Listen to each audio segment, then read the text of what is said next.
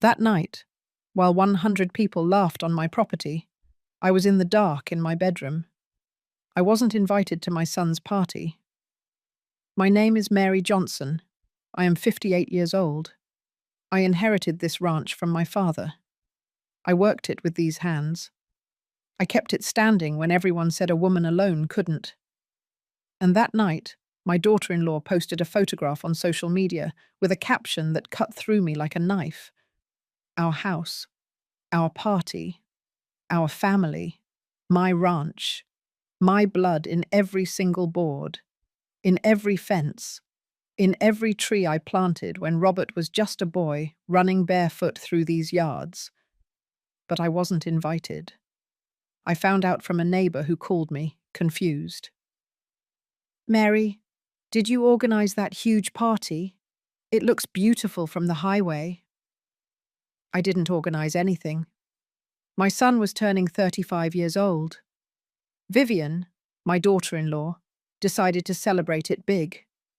She rented white tents, hired a band, ordered a 3-tier cake, everything on my land, everything without asking me. I peered through my bedroom window. I saw the colored lights dancing among the trees. I heard the music, the laughter, the shouts of celebration. I recognized some voices, family, friends, people who greeted me at church every Sunday. No one knocked on my door. No one asked, "Where is Mrs. Johnson?" I stayed there, sitting on the edge of my bed, my hands resting on my knees. I was wearing my cotton robe and my slippers. I hadn't gotten dressed up. I didn't need to. No one was expecting me. I thought about going down. I thought about walking out the back door, going to where everyone was, and simply showing up, smiling, hugging my son, pretending everything was fine. But something inside me broke. It wasn't just the party. It was that phrase, our house. I grabbed my phone. I opened Vivian's account. There was the photograph, she and Robert, hugging in front of the ranch's main entrance, with golden balloons behind them. 200 people had liked it, 50 comments, everyone congratulating them. What a beautiful house you have. What a blessed family. Vivian, you are an incredible hostess. No one knew. No one knew that this house wasn't theirs. I looked at the clock. 11 o'clock and 10 minutes at night.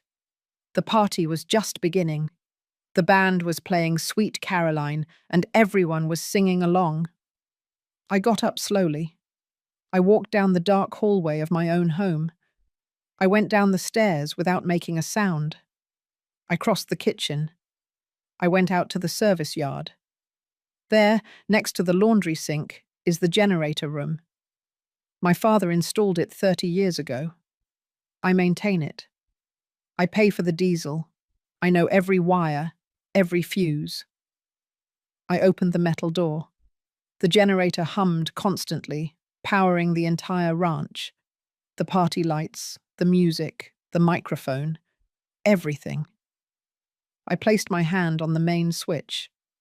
I took a deep breath, and I turned it off. The silence was immediate.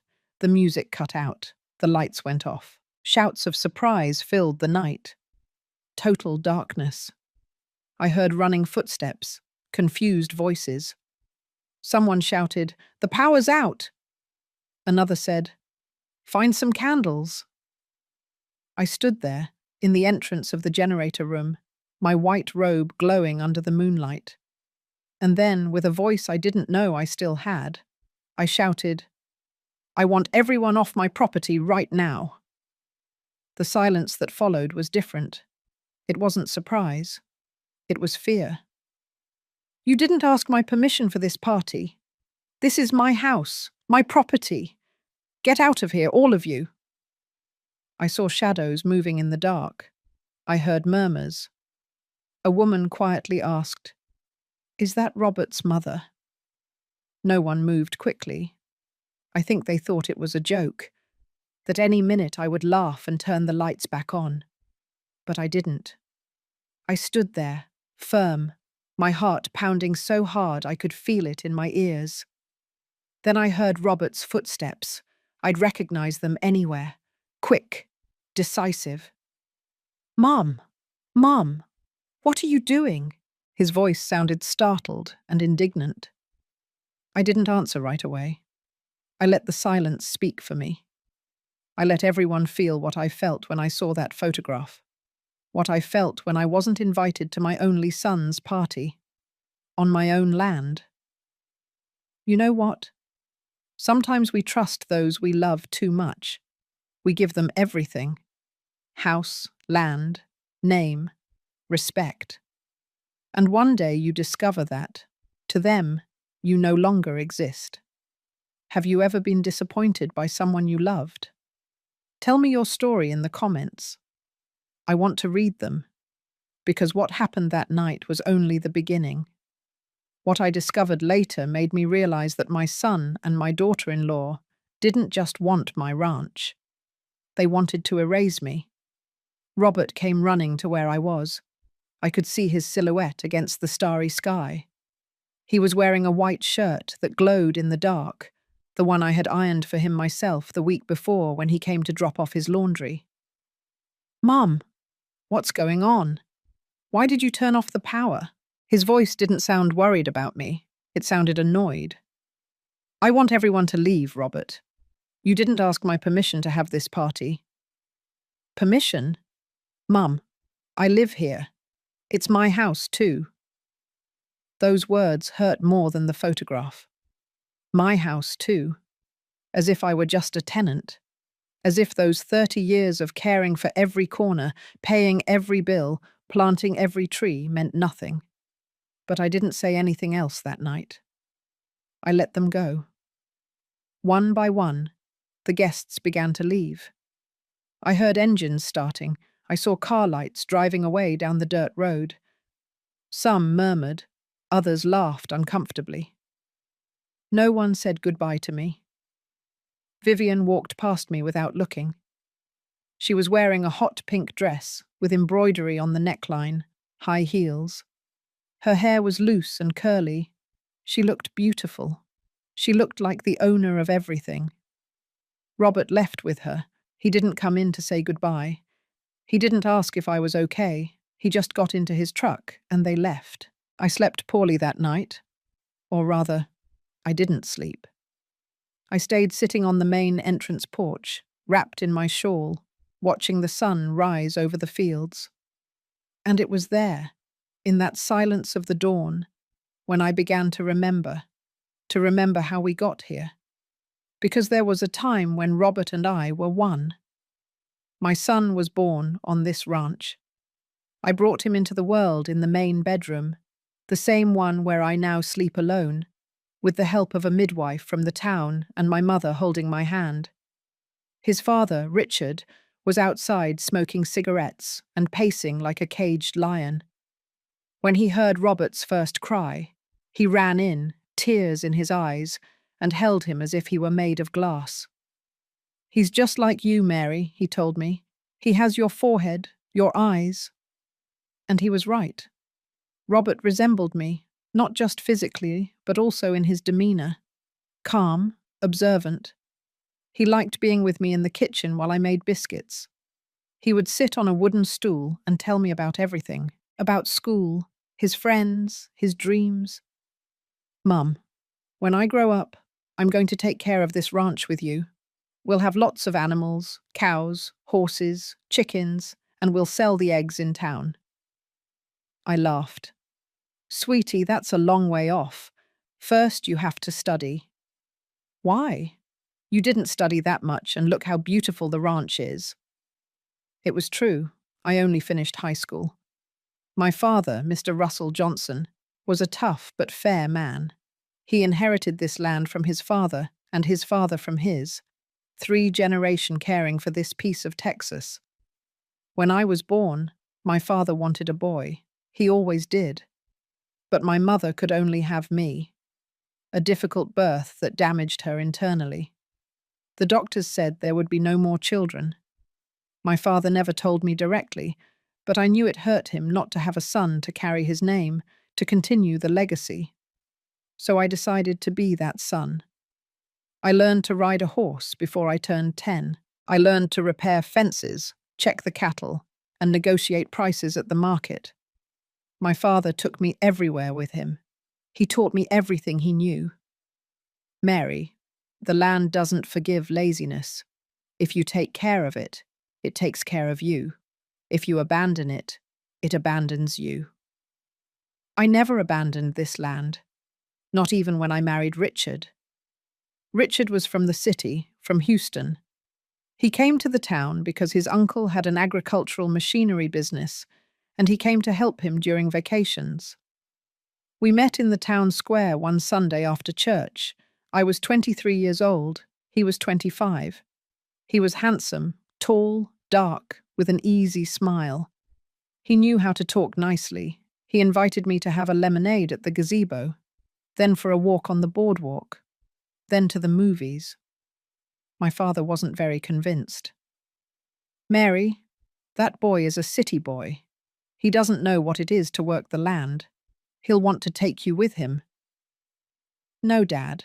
He already told me he wants to stay here, that he likes the country. And it was true. Richard stayed. We got married in the town church. It was a simple but beautiful wedding. My mother made my dress. My father paid for the band. We danced until dawn.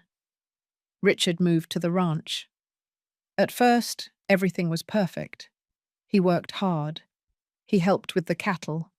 He learned to fix tractors. My father began to see him favorably. That boy turned out good for you, sweetie. He has strong hands. When Robert was born, Richard was the happiest man in the world. Now you have your heir, Mr. Russell, he told my father. We'll stay put. My father smiled. It was one of the few times I saw him truly happy. Robert's first years were the best of my life. I remember everything. I remember his first steps in the yard, with Richard crouched down, waiting for him with open arms. I remember his first word, Mama.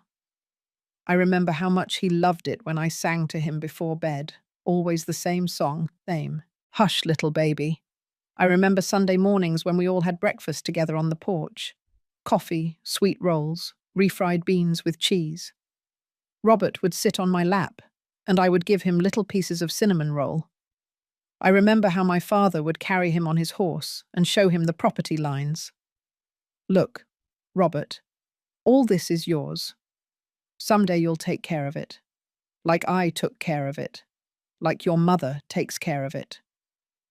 Robert would nod seriously, as if he understood the weight of those words.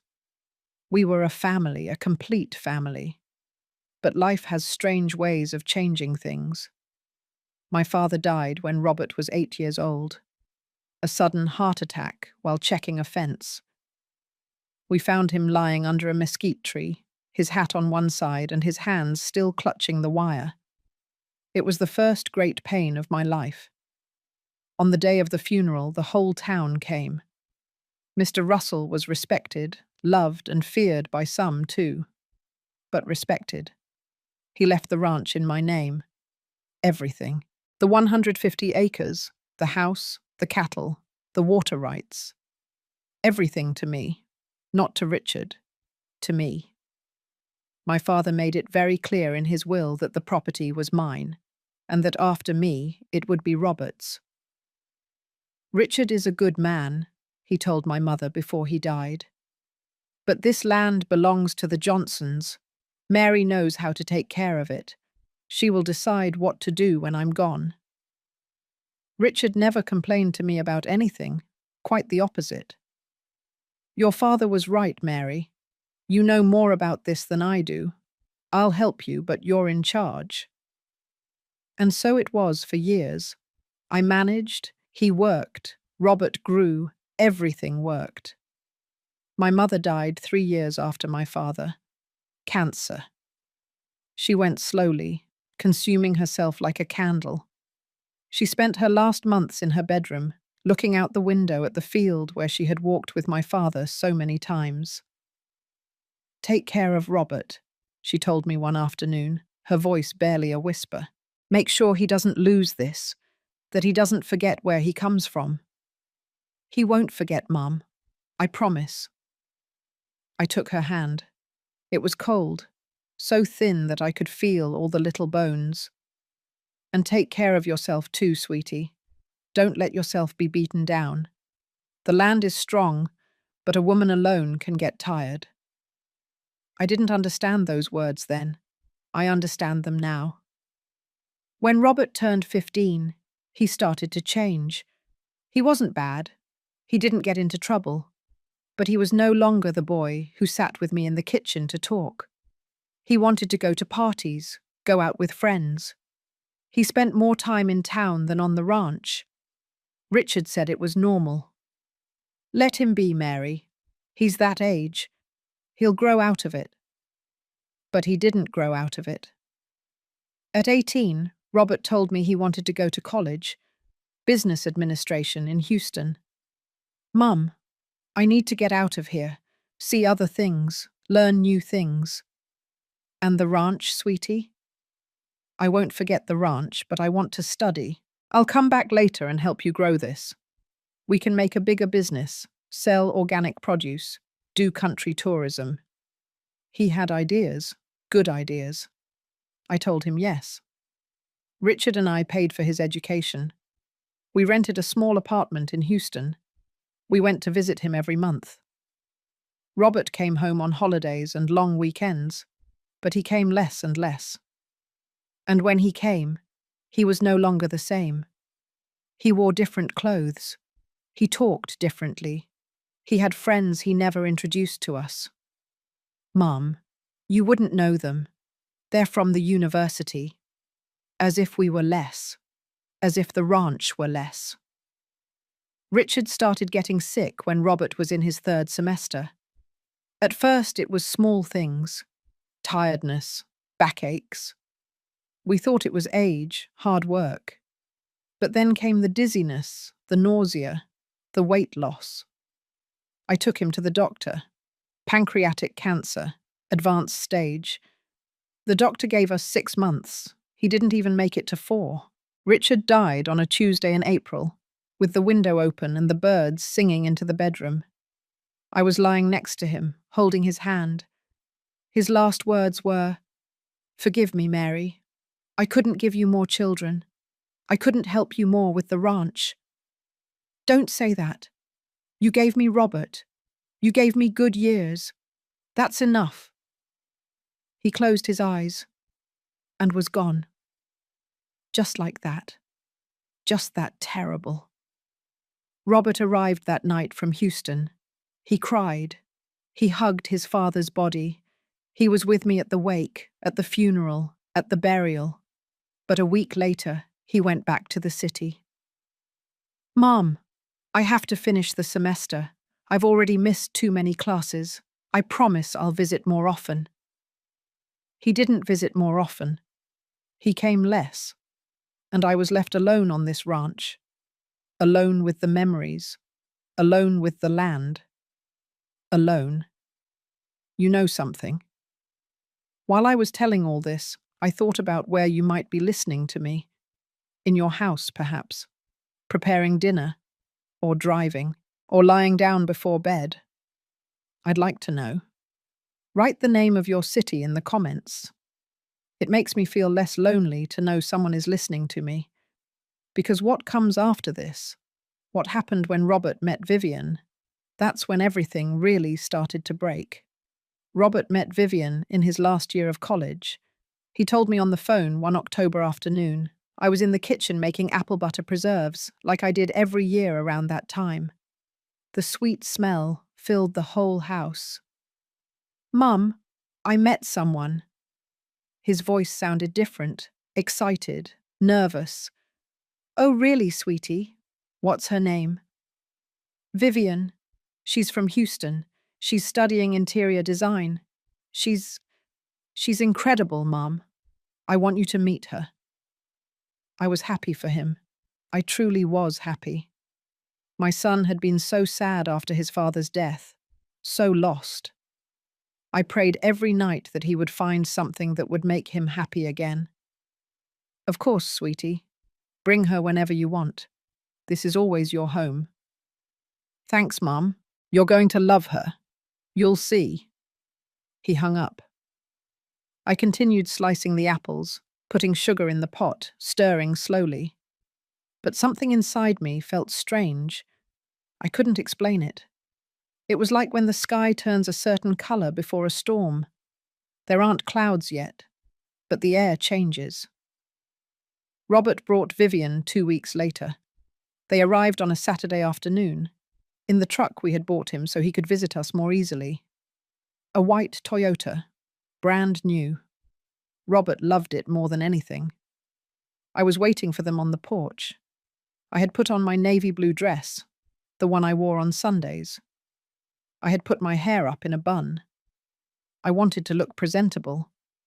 I wanted my son's girlfriend to see that her mother-in-law was a dignified woman. I heard the engine. I saw the dust the truck kicked up on the dirt road. My heart was beating fast. I was nervous like a teenager. Robert got out first. He was wearing jeans and a plaid shirt. He looked handsome, older. He was a man now. "Mom!" He ran to hug me. He smelled of expensive cologne, of the city. "Sweetie, it's good to see you. I brought you someone very special." He turned towards the truck and signaled. The door opened, and Vivian got out. She was pretty, very pretty, thin, tall, with long, straight, mahogany-coloured hair, fair skin, and bright pink lipstick. She was wearing a short denim dress and high-heeled sandals that sank into the dirt with every step. She walked towards me with a perfect smile. "Mrs. Johnson, it's a pleasure to meet you. Robert has told me so much about you." She extended her hand to me. A soft hand, without calluses, with perfectly painted, nude-coloured nails. I shook it. My hand, hardened by work, looked like that of another species next to hers. "The pleasure is mine, Vivian. Welcome." "Oh, what a beautiful ranch. Robert told me it was big, but I didn't imagine it would be like this. It feels like being in a movie." She laughed, a high-pitched musical laugh. Robert looked at her as if she were a miracle. "Come on in. I already prepared some food. You must be hungry from the drive." "Oh, ma'am, you shouldn't have gone to all that trouble." "It's no trouble. He's my son." We went into the house. Vivian was looking at everything. The thick adobe walls, the high ceilings with wooden beams, the antique furniture that had belonged to my grandmother, the porch with its geranium pots, the kitchen with its wood stove and its large pine table. How authentic everything is. I love this rustic style. It has so much potential. Potential? I didn't say anything. I served the food. I had made barbecue, my mother's barbecue, which she taught me to prepare when I was 12 years old. It takes 32 ingredients and 2 days to get it just right. I served it with red rice, refried beans, and freshly made biscuits. Robert served himself as always, filling his plate to the brim. "Mum, nobody makes barbecue like you." I told Vivian she had to try it. Vivian served herself very little. 1 spoonful of barbecue, 2 of rice, no beans. "I'm on a diet," she explained, smiling. "But it looks delicious." She tried a bite. It's good, though it's a little spicy for me." "Spicy? My barbecue isn't spicy. It has chili, yes, but it's balanced with chocolate, almond, cinnamon. It's not spicy. It's deep, complex." "Do you want some water, sweetie?" "Oh, yes, please. Do you have bottled water?" "I have well water. It's fresh. Very good." "Oh, well, that's fine." Robert quickly intervened. "Vivian has a sensitive stomach, Mum. The doctor told her it's better to drink bottled water when travelling." I understand. I'll go to town and buy some right now. No, don't worry, Mom. A soda is fine. She drank a Coke. During the meal, Vivian talked a lot. She talked about her career, her classes, a project she was doing to remodel a restaurant in Houston, her friends, the places she liked to go on weekends. She talked about everything except me. She didn't ask anything about the ranch, nothing about what our life was like here, nothing about my family. She only talked about herself, and Robert listened to her, mesmerized. After eating, I showed them the property.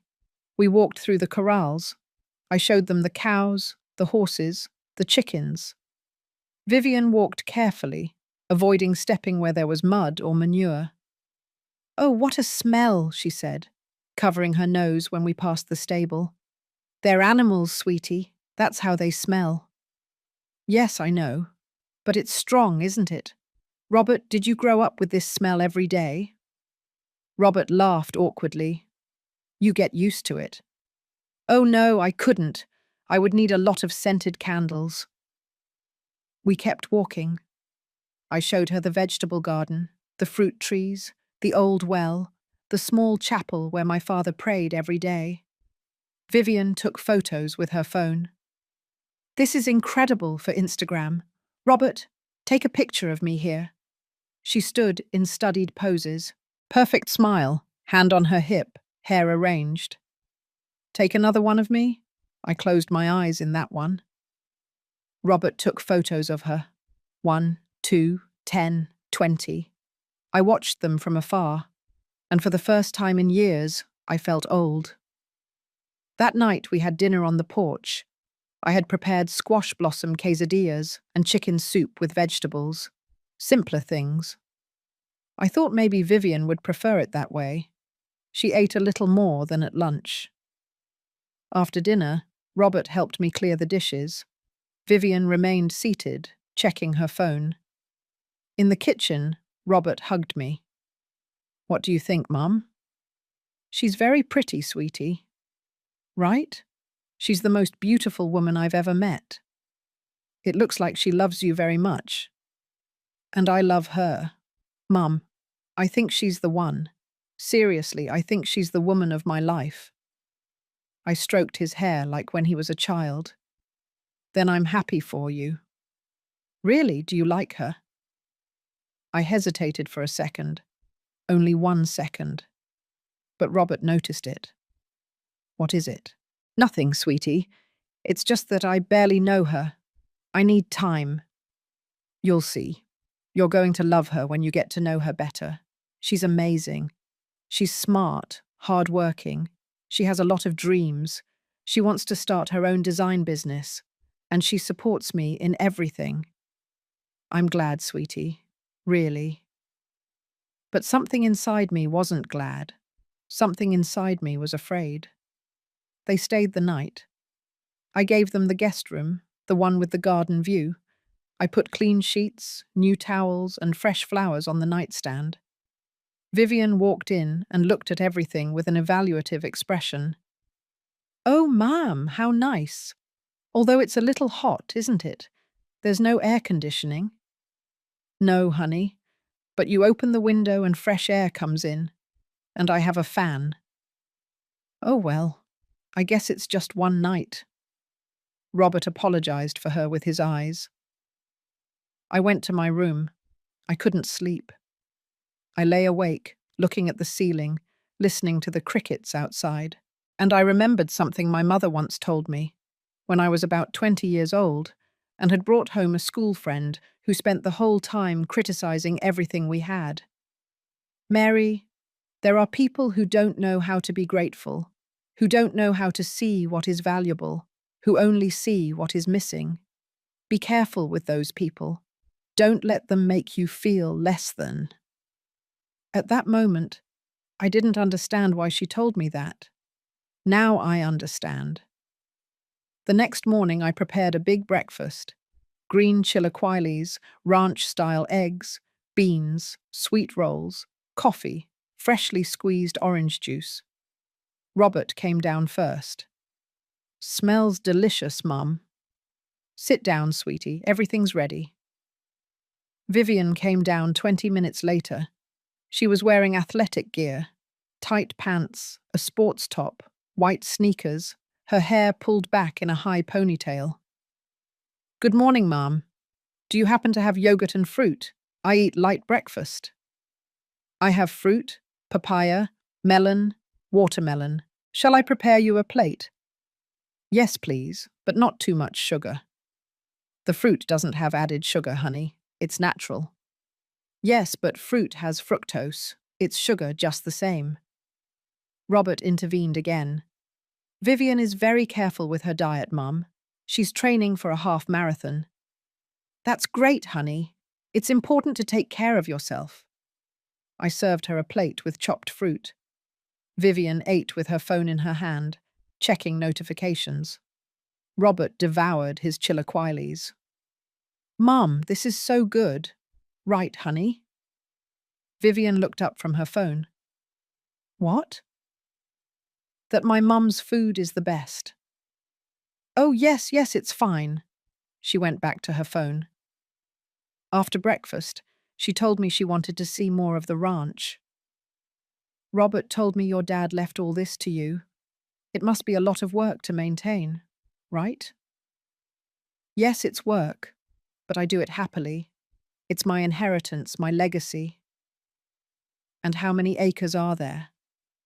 150. She opened her eyes wide. 150? And it's all yours? Yes. Wow, that must be worth a lot of money. Robert became uncomfortable. Vivian, we don't talk about that. Why not? It's a normal question. Besides, someday it will be yours, won't it? I stayed silent. She continued. I was just thinking, this property has so much potential. You could turn it into a boutique hotel or an event venue. Ranches are very trendy right now for weddings. You could make a lot of money with that. This is not a ranch for events, honey. It's a home, a family house. Yes, but it can also be a business. Robert and I were talking about that. When we finish college, we could move here and start a project. Right, honey? Robert nodded, but didn't look me in the eye. And that's when I felt the first fracture. Small, almost invisible, like when a cup falls but doesn't break. It just gets a thin hairline crack that you barely notice, but it's there. And with time, that hairline crack becomes a fissure, and the fissure becomes a break, and the cup ends up in pieces. They left that Sunday afternoon. Robert gave me a long hug. Thanks for everything, Mum. For having us, for the food, for everything. You don't have to thank me, sweetie. This is your home. I know, and I know you and Vivian are going to get along great. You just need to get to know each other better. Yes, sweetie, I'm sure. Vivian kissed me on the cheek. Thank you, Mrs. Johnson. We'll see you soon. And think about what I told you, okay? About the business. It really has a lot of potential. She smiled. They got into the truck. They left. I stayed standing on the porch, watching them drive away. And for the first time since Richard's death, I felt completely alone. It wasn't the loneliness of being physically alone. It was a different loneliness. The loneliness of realizing that your son no longer sees you the same way, that someone else is influencing his decisions, that things will never go back to how they were before. I went into the house. I picked up the towels they had used. I washed the dishes. I swept. I mopped. And while I was doing all that, one phrase kept running through my head. Someday it will be yours, won't it? That's what Vivian had said, as if I were already dead, as if this house were already theirs, as if I were just occupying a space that didn't belong to me. That night I sat on the porch with a cup of chamomile tea. I looked at the stars. I listened to the crickets. I felt the cool night air, and I remembered my father's words. Mary, this land is yours. Never let anyone take it from you. Not for love, not out of pity, not out of tiredness. This land is your name. It's your blood. It's who you are. I wondered if he had known that someday I would need to remember those words, if he had seen something in the future that I couldn't see yet, or if he simply knew that life always tests what we love the most. I still didn't know that Vivian would return, that Robert would start to change, that words would turn into demands, that plans would turn into pressure, that my own house would start to feel like enemy territory. I didn't know it yet. But that night, without understanding why, I cried. I cried for everything that was to come. I cried for the family we were, and for the family we would never be again. 3 months passed without seeing Robert. He called me every week. Yes, but they were short calls, rushed. Hi, Mum. How are you? Fine, sweetie. And you? Good, good. Lots of school, lots of final projects. You know. When are you coming? Soon, Mum. I promise soon. But he didn't come. And when I asked about Vivian, his voice changed. He became more animated. She's doing great. Super busy with school, too. She sends her regards. Regards. She never got on the phone herself. She never called me. But I tried not to think too much about it. Give it time, I told myself. They're young. They're busy. It's normal. I focused on the ranch work. November is harvest season. We had to pick the corn, prepare the feed for the cattle, and check the roofs before the winter rains began. I hired 2 young men from the town to help me, Ray and his cousin Jesse. Good workers. Quiet. Respectful. We got up before dawn. We worked until the sun went down. We had dinner together in the kitchen. I prepared something hearty for them because the work was hard, and then they went home to the town. The routine was good for me. It kept me busy. It helped me not to think about the fact that my son had practically disappeared from my life. Robert came back in December. He did so without warning. I was in the vegetable garden pruning the peach trees when I heard his truck engine. I took off my work gloves. I wiped the sweat from my forehead. I walked towards the entrance. Robert got out of the truck, but he didn't come alone. Vivian got out on the passenger side. My heart sank a little, although I tried not to show it. Mom! Robert hugged me. He smelled different, of expensive perfume that wasn't his. Sweetie, what a surprise. You didn't tell me you were coming. We wanted to surprise you. I pulled away from him and looked at Vivian. She was wearing a white lace dress, gold sandals, her hair loose with perfect waves. She was wearing large sunglasses that covered half her face. Hello, Mrs. Johnson. She took off her glasses. And that's when I saw the ring. A diamond. Big, shiny, on her left hand. Mum, Robert said, taking Vivian's hand. We have something to tell you. My stomach tightened. Vivian and I are getting married. The world stopped for a second. Only 1 second. But it stopped. Oh, sweetie. What news? Aren't you happy? Of course I am. It's just that you caught me by surprise. Vivian smiled broadly. I was surprised too. Robert proposed to me a week ago. It was super romantic. He took me out to dinner at a restaurant on a hotel rooftop. There were candles, live music, everything. And when they brought the dessert, the ring was there in a glass of champagne. She spoke quickly, excited. Robert looked at her as if she were the only thing in the world. Congratulations, I said. Congratulations to both of you. I hugged them. First Robert, then Vivian. She felt stiff in my arms, as if hugging wasn't something that came naturally to her. "Come in. I'll prepare something to eat." "No, Mum. We came to invite you out to eat, to the restaurant in town, to celebrate." "To the restaurant?" "Yes, we want to celebrate with you." It was strange. We never went to restaurants, we always ate at home. But I didn't say anything.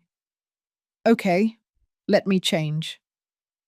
I put on my navy blue dress again, the one I wore on Sundays. I brushed my hair. I put a little powder on my face and a touch of pale pink lipstick that I almost never used. When I went downstairs, Vivian looked me up and down. She didn't say anything, but her expression said everything.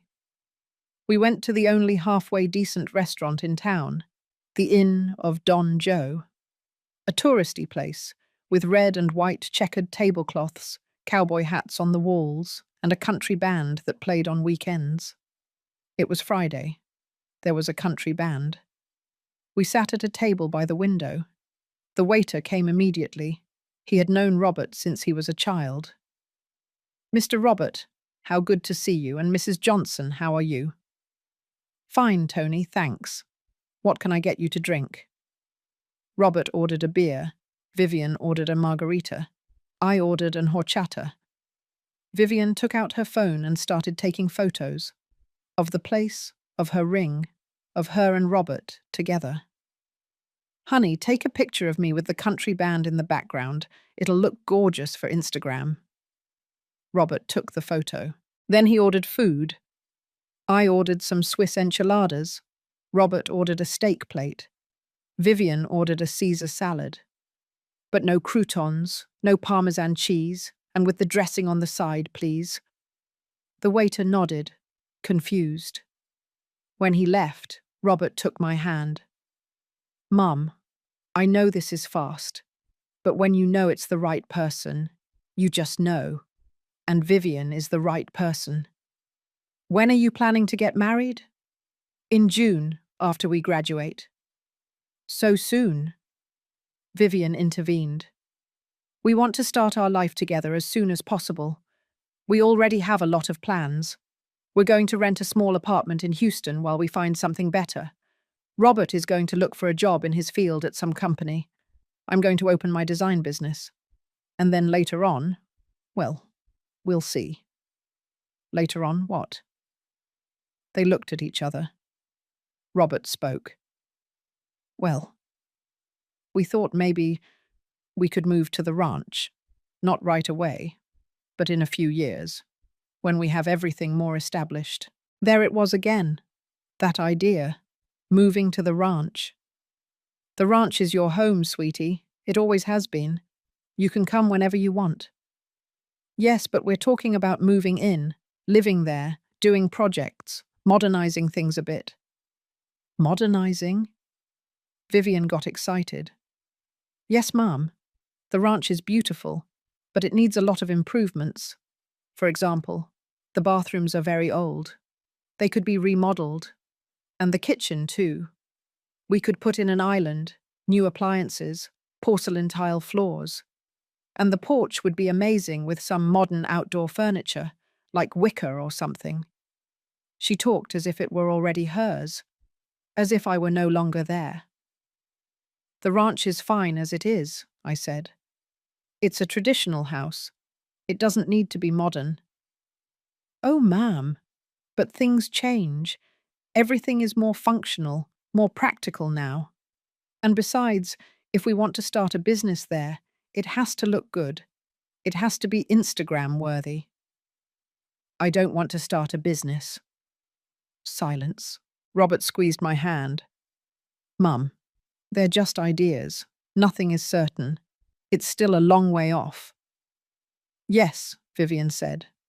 "They're just ideas." But her tone said something else. It said, "This is going to happen, whether you like it or not." The food arrived. We ate in an awkward silence.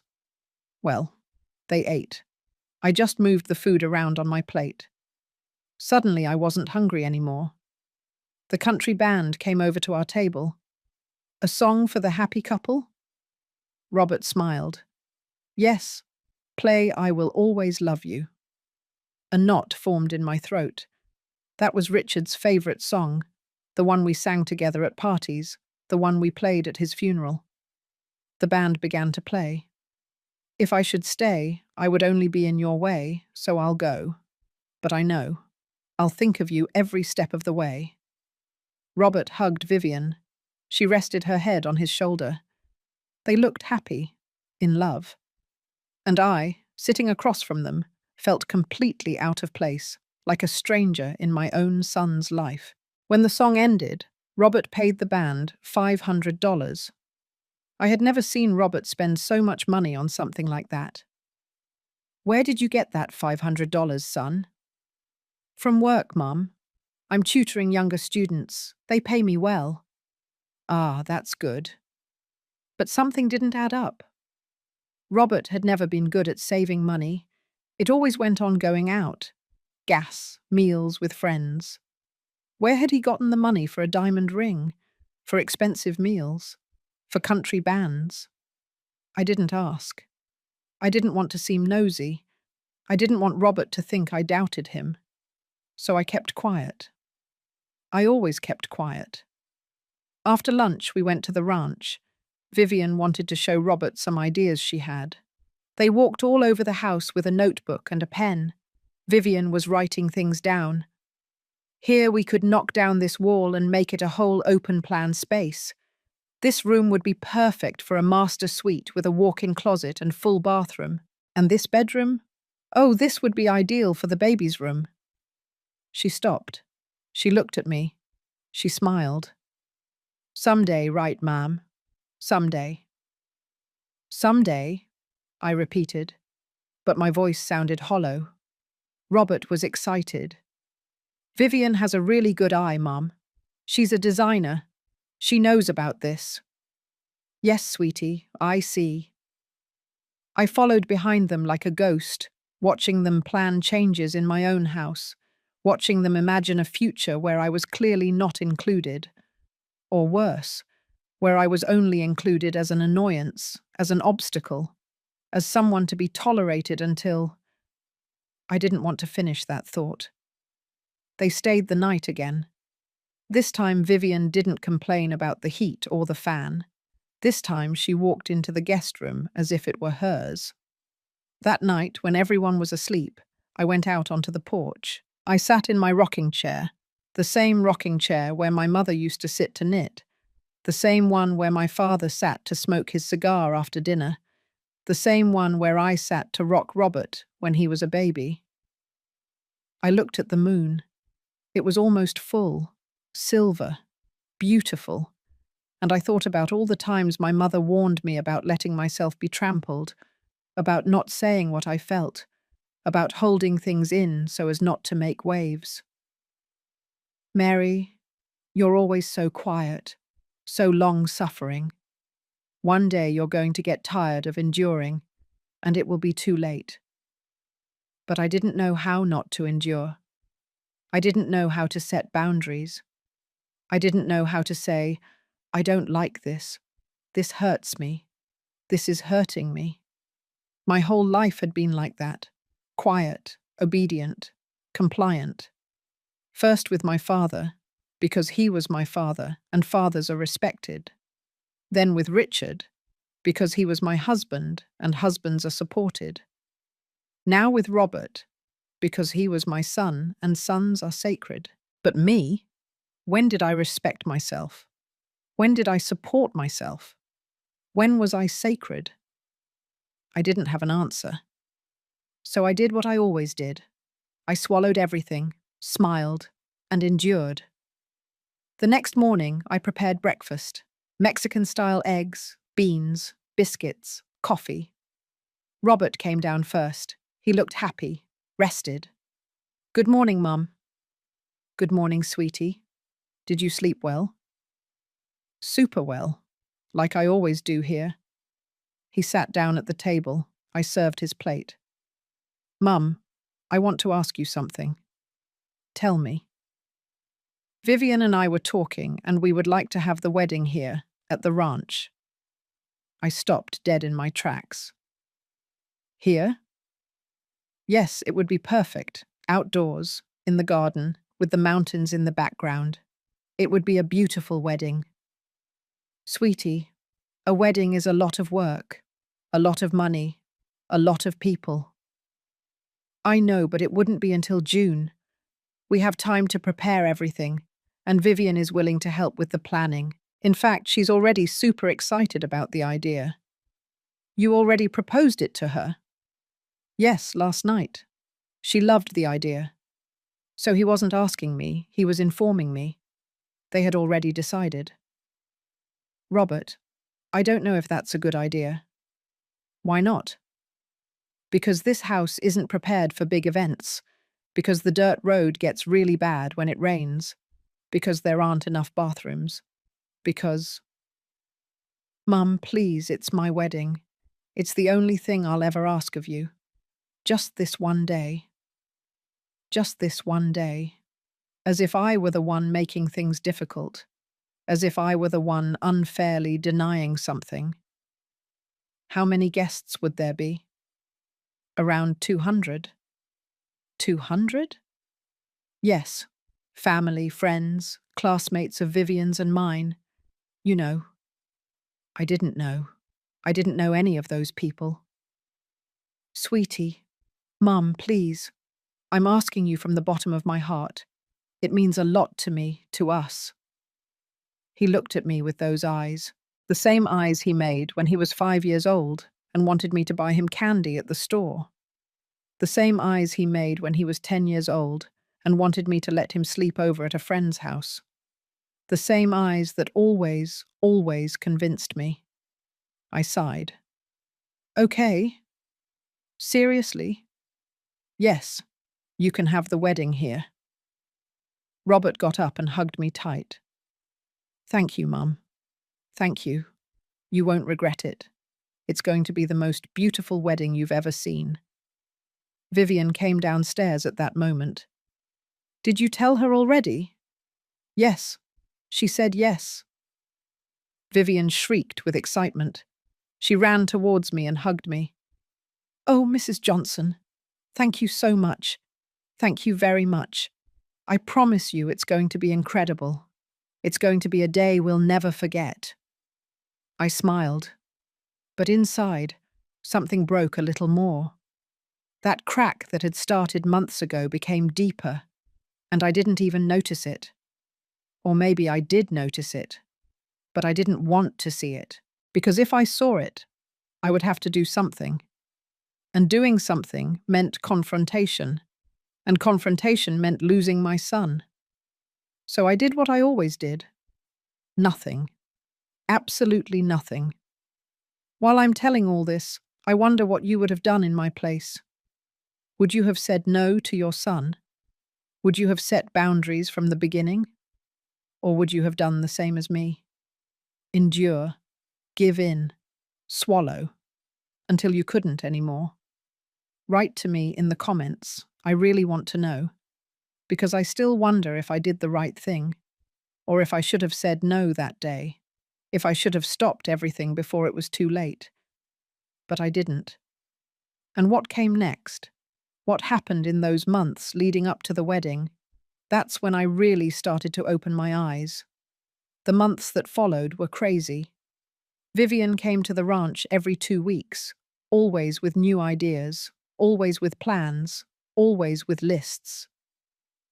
Mrs. Johnson, we need to hire someone to completely clean up the garden, to prune all the trees, to remove the weeds, to paint the benches. Mrs. Johnson, we have to fix the dirt road. Put down gravel at least. The guests can't arrive with their cars dirty. Mrs. Johnson, the bathrooms need urgent remodeling. At least the toilets need to be replaced and more modern sinks installed. Mrs. Johnson this, Mrs. Johnson that. Never Mrs. Mary with respect. Never, what do you think? With consideration. Always orders disguised as suggestions. And Robert, always on her side. Mum, Vivian is right. We have to fix things. It's our wedding. We want everything to look nice. Our wedding, as if I wasn't part of that hour. I started hiring people, gardeners, masons, painters, plumbers. I spent money I hadn't planned to spend. Money from my savings, from selling cattle, from the little income left from the harvest. Also, the ranch would look presentable for Vivian's guests. For people I didn't know. For people who didn't care. One afternoon in February, Vivian arrived with a huge folder. "Ma'am, I came to show you the wedding plan." We sat at the dining table. She opened the folder. There were photos of other weddings, drawings, diagrams, lists of vendors. "Look, here we're going to put the main tent, white, with chiffon fabrics hanging from the ceiling. The tables go here, 12 in total, with ivory tablecloths and centerpieces with roses and hydrangeas. The altar will be here, in front of the rose bushes. We're going to put up a natural flower arch, and here, on this side, the dance floor." She pointed to places in my garden as if it were a chessboard. "And the band?" "There won't be a band. There will be a DJ. A band is very tacky." Tacky. My wedding had a band. My parents' wedding had a band. All the weddings I knew had a band. But I didn't say anything. "And the food?" "Oh, that's the best part. I hired a catering service from Houston, super elegant.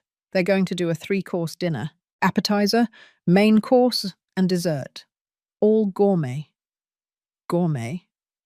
"Yes, no barbecue or chili or those heavy things. It's going to be fine dining. Beef carpaccio, salmon with risotto, things like that." "Vivian, people here don't like that kind of food. They're used to something else." "That's why, Mom, we have to educate their palate, let them experience new things." Educate their palate, as if the food of my land was inferior, as if what I had cooked all my life was worthless. "And how much does all this cost?" Vivian smiled. "Don't worry about that. Robert and I are going to pay for most of it. We just need you to provide the ranch and maybe help with some small expenses, like renting the chairs, the tables, things like that." "How much is that?" "Around $50,000. The air went out of me. $50,000. That was what I earned in 6 months of hard work. "Vivian, I don't have $50,000. Her smile froze. "What do you mean you don't?" "I don't have it. The ranch doesn't bring in that much money. It barely covers expenses." "But Robert told me you had savings." "I have savings, yes. But they're for emergencies, for the veterinarian, for repairs." "Ma'am, your son's wedding is an emergency." The way she said it. Cold, hard, as if I was being selfish. "I'll see what I can do," I finally said. "Thank you, Mom. I knew we could count on you." She got up, gathered her folder, and left. She didn't even stay for a cup of coffee. She didn't even ask how I was. She just came to ask for money. That night, I called Robert. "Sweetie, I need to talk to you." "Tell me, Mom, but make it quick because I'm heading out with Vivian." "It's about the wedding. Vivian says they need $50,000 from me." "Oh yeah, those are expenses we can't cover ourselves. But it's not that much, Mum. You have your savings." "Those savings are for emergencies, Robert." "This is an emergency. It's my wedding. I'm only getting married once. But sweetie..." "Mum, please don't do this to me. Don't make me feel guilty for wanting to have a nice wedding. Vivian is already super stressed with everything. I don't want her to think my family doesn't support her." "Your family? As if I were the enemy." "Okay, sweetie. I'll see what I can do." "Thanks, Mum. I knew I could count on you. I love you very much." He hung up. I was left with the phone in my hand, and I cried. I cried because I was giving everything. My house, my money, my peace.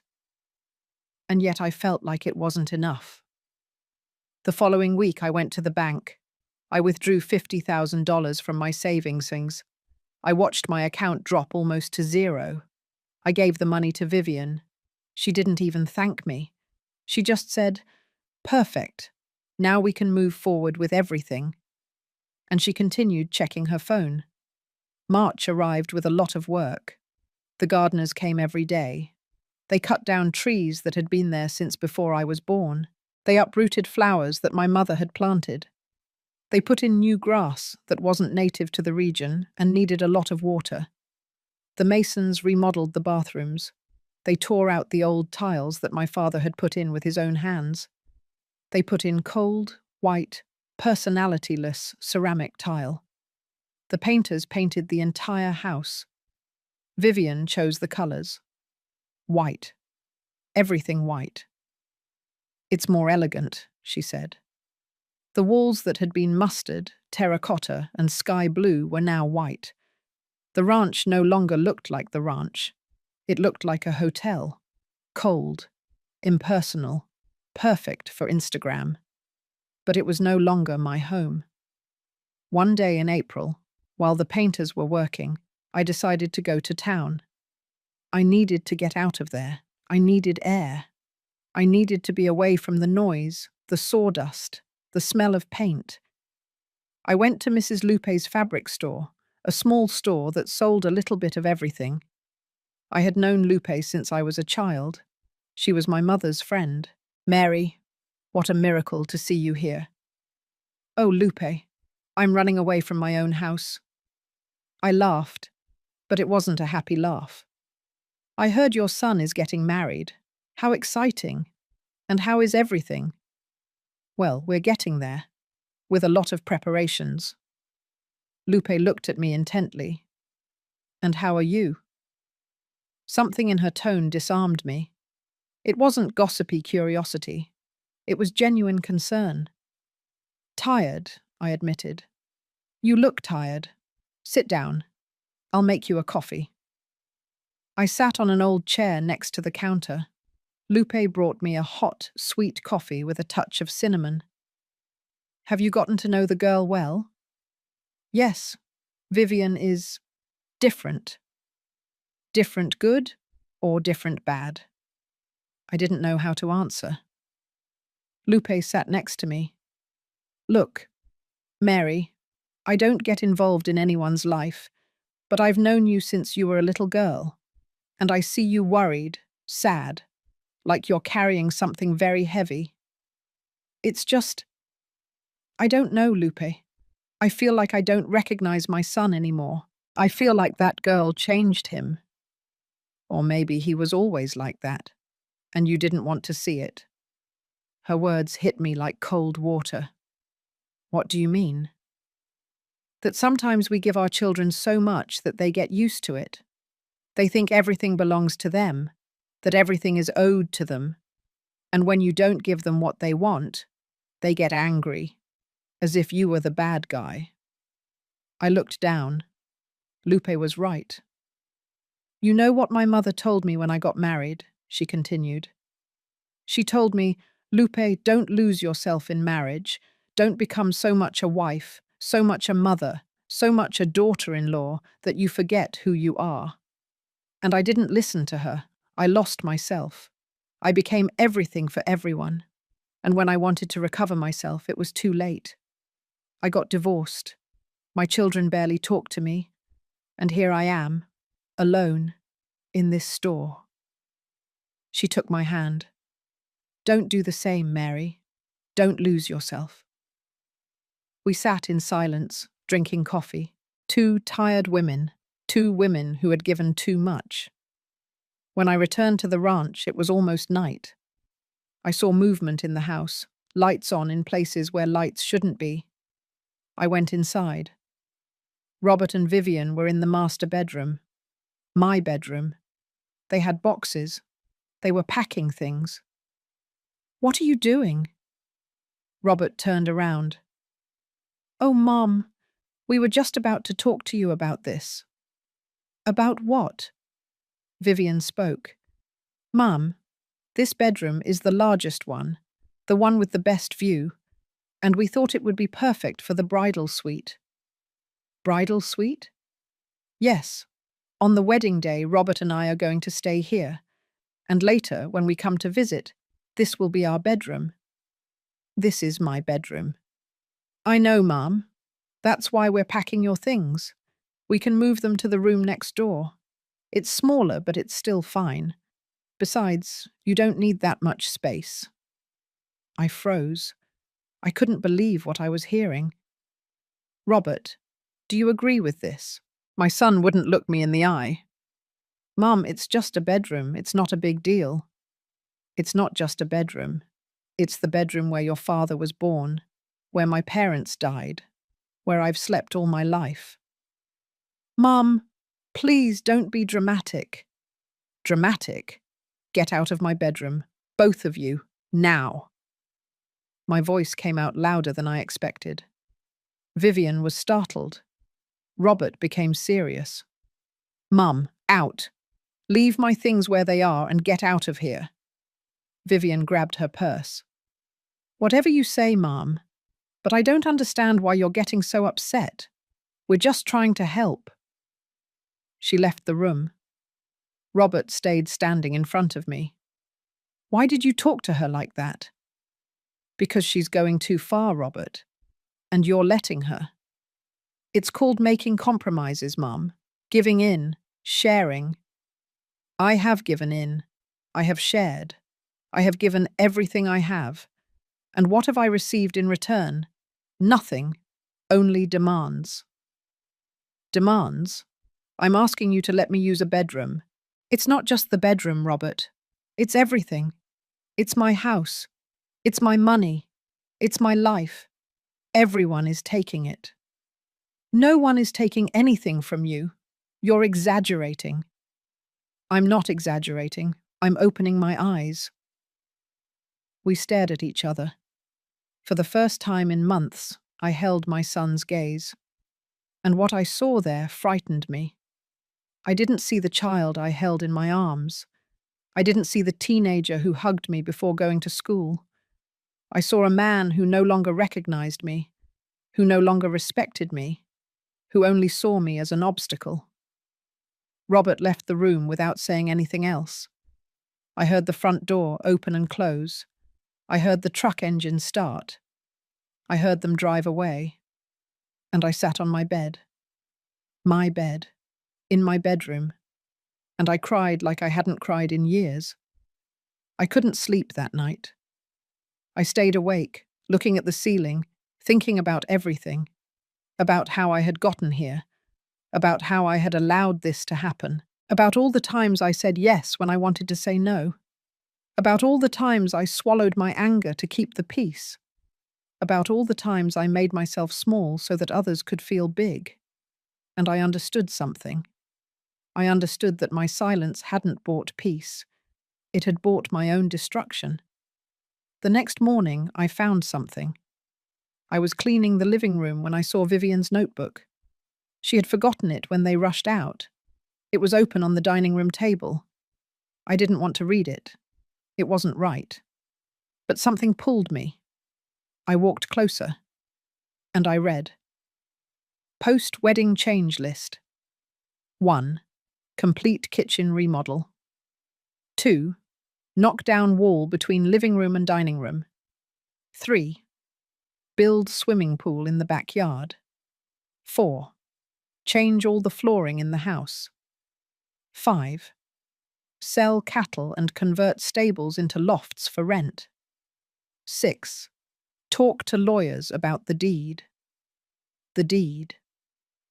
The word hit me. They wanted the deed. They wanted me to put the property in Robert's name. Or worse, in both their names. I kept reading. There was another page. Year 1 budget. Complete remodel, $800,000. Construction of tourist cabins, $1.5 million. Marketing and advertising, $200,000. Total, $2.5 million. Funding sources. Sale of current cattle and machinery, $300,000. Bank loan with ranch as collateral, $2 million. Personal savings, $200,000. Bank loan with the ranch as collateral. They wanted to mortgage my property. They wanted to risk the land my family had cared for generations, to start a tourist business. Without asking me, without considering me. Because to them, I was already dead, or at least I no longer mattered. I closed the notebook. My hands were trembling. My heart was beating so hard I felt like it was going to burst out of my chest. And right there, in that moment, something changed inside me. It wasn't a dramatic change. It wasn't an explosion. It was something quieter, deeper. It was the realization that I couldn't go on like this anymore. That if I didn't do something, they were going to take everything from me. Not just the ranch. Also, my dignity, my identity, my reason for existing. I grabbed the notebook. I hid it in my bedroom, in the drawer where I keep important documents. The property deed, my father's will, the birth certificates. And I waited. I waited for Robert to come back. I waited for Vivian to come for her notebook. I waited with the cold certainty that now I knew. I knew what they wanted. I knew how far they were willing to go. And I knew I had to defend myself, because no one else was going to do it for me. Robert returned 3 days later. He came alone, without Vivian. He arrived as if nothing had happened, as if we hadn't fought, as if he hadn't told me I was exaggerating. "Hello, Mum." I was in the kitchen preparing beans. I didn't look up. "Hello, are you still mad? Still?" "I'm not mad, Robert. I'm disappointed." "Mum, come on. Don't be like that. I came to apologize." Now I looked at him. He was wearing a new shirt. Expensive. One of those sold in the malls in Houston. Leather shoes. A watch I hadn't seen before. "Where did you get the money for those clothes?" He became uncomfortable. "Vivian gave them to me. For the wedding. She wants me to look good." "Ah." I continued stirring the beans. Robert sat at the table. "Mum, I know things have been tense. I know Vivian is sometimes intense. But she does it because she wants everything to be perfect. Because she loves me. Because she wants to build a future with me." "A future where?" "What? Where do you want to build that future? Here? On the ranch?" "Well, eventually, yes. We already told you." "Eventually, and what about me?" "You're still here, Mum. No one is kicking you out, but you're displacing me." "We're not displacing you, we're just adapting things, modernizing, so we can all live comfortably." "Robert," I said, pointing to the drawer, "I have Vivian's notebook." He turned pale. "What notebook?" "The one she forgot here. The one with all her plans, her lists, her budgets." He fell silent. "I saw everything, sweetie. I saw that you want to mortgage the ranch, that you want to sell the cattle, that you want to change everything." "Mum, they're just ideas, future plans. Nothing is decided." "Nothing is decided? You have budgets, you have dates, you have funding sources. That doesn't sound like ideas. It sounds like decisions." He ran his hand through his hair, nervous. "Okay, yes, we do have plans. Plans to start a business here. But it's for the best. So the ranch generates money. So you don't have to work so hard. So we can all have a better life." "I don't want a better life, Robert. I want my life. The one I've built. The one I inherited from my father. The one I've taken care of all these years. And haven't you thought about me? About my future? I don't want to live off the land. I don't want to spend my life planting corn and taking care of cows. I went to college. I have other goals. Then go and pursue them, but not with my property. It's my inheritance, Mum. There it was. The truth. What had always been underneath everything. Your inheritance, I repeated slowly. Is that what I am to you? An obstacle between you and your inheritance? I didn't say that. You just did. Robert stood up. He paced back and forth across the kitchen.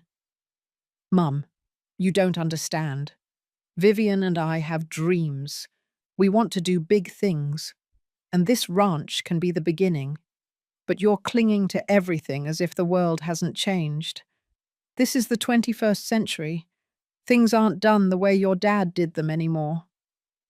My dad did things with dignity, with respect, without owing anything to anyone. And he died with nothing. He died with a property that barely made ends meet. Those words cut through me like knives. Your grandfather died with honor, with his land free, with his name held high. He didn't owe any bank. He didn't depend on any business. He didn't have to smile at tourists to eat. Well, I don't want to live like that. I want more. More what, Robert? More money? More things? At what cost? At whatever cost is necessary. We stared at each other, and in that moment I saw it clearly. My son was no longer my son. He was another person, someone I didn't know, someone I hadn't raised. Or maybe I had. Maybe I had raised him exactly like this, giving him everything, asking for nothing, not teaching him the value of sacrifice, not showing him that important things are earned, not inherited. Maybe this monster in front of me was my fault. Go away, I told him. What? Go away. Get out of my house. Mom. Go away, Robert. Go with Vivian. Go pursue your dreams. But without me. Without my land. Without my blessing. You can't be serious. I've never been more serious in my life. Robert grabbed his keys. You're making a mistake. You're pushing us away. And when you realize you were wrong, it's going to be too late. Maybe, but it will be my mistake. My decision, not yours. He stormed out, slamming the door. The silence that remained afterward was deafening. I sat down at the kitchen table. The beans had run out of water. They were stuck to the bottom of the pot. Ruined, like everything else. No one came that night. Robert didn't call. Vivian didn't call. Nothing. I stayed sitting on the porch, my shawl over my shoulders, looking at the stars. And I thought about my father, about what he told me on my 15th birthday. We were riding horses, touring the property lines. He on his brown mare, I on my spotted horse. Mary, he said, someday all this will be yours, and it will be difficult, because people will want to take it from you, some with bad intentions, others with good intentions. But in the end, everyone will want your land, and you have to be strong. You have to know how to say no, even if it hurts, even if it costs you. Because if you lose this land, you lose your history, you lose who you are. At that moment, I was 15. I didn't understand anything. I thought my dad was exaggerating. Now I was 58, and I understood perfectly. The following days were strange. I continued with my routine. I got up at dawn. I fed the animals. I watered the vegetable garden. I cooked. I cleaned. But everything felt empty. There were no workers fixing things. There were no tents or decorators. There was no Vivian giving orders. There was no Robert. Just me. Alone. Again. A week after the fight, I received a call. It was a number I didn't know. I answered. Mrs. Mary Johnson? Yes, that's me. This is Attorney Alan Willis from the law firm Smith and Associates. I am calling on behalf of Robert Johnson and Vivian Sanchez. My blood ran cold. What do you want? Mr. Johnson and Ms. Sanchez have hired me to initiate a legal process for an accelerated distribution of the inheritance. As we are informed, you are the owner of a 150-acre ranch in High Point. Accelerated distribution? What does that mean? It means that your son is requesting that the part of the inheritance that corresponds to him be granted to him in advance.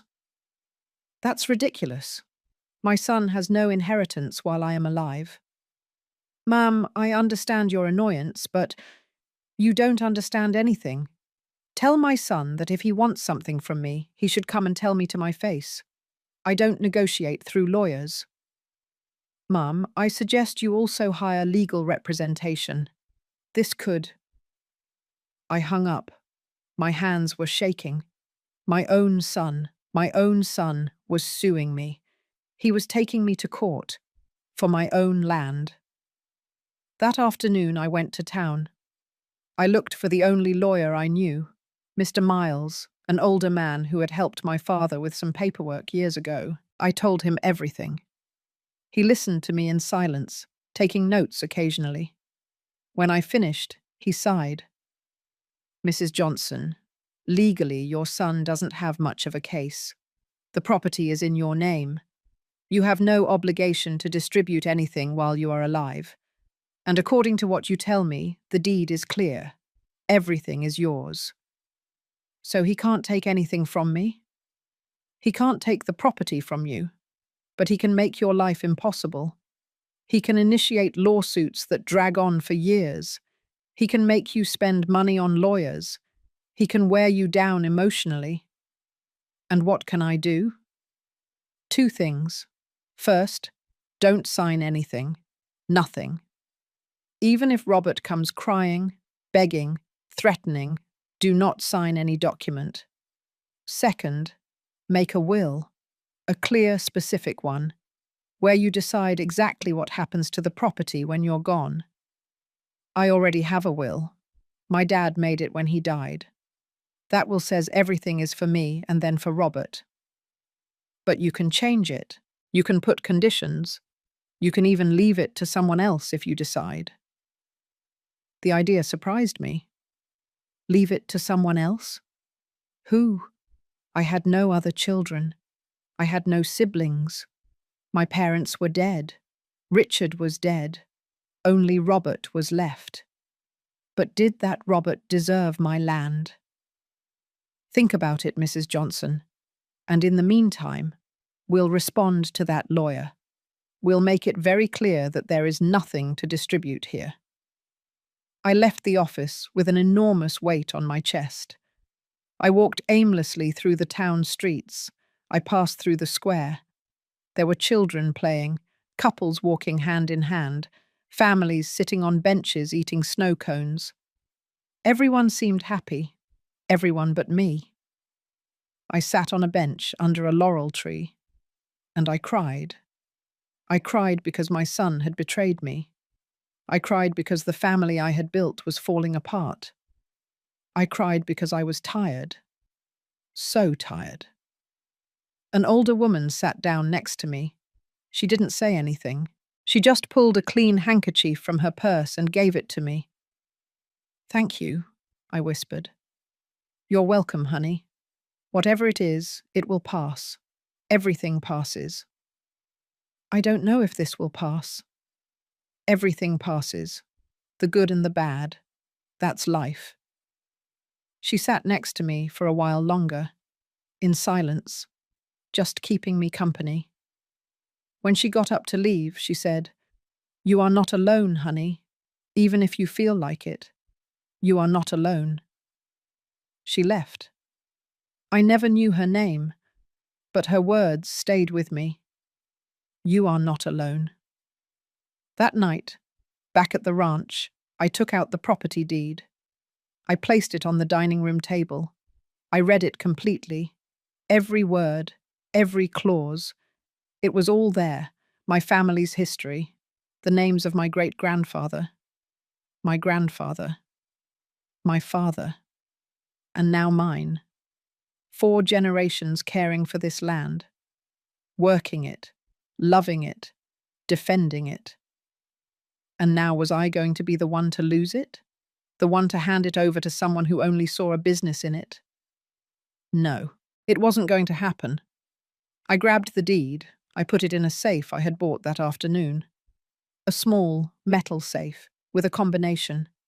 I hid it in my bedroom closet, behind the old sheets, where no one would think to look.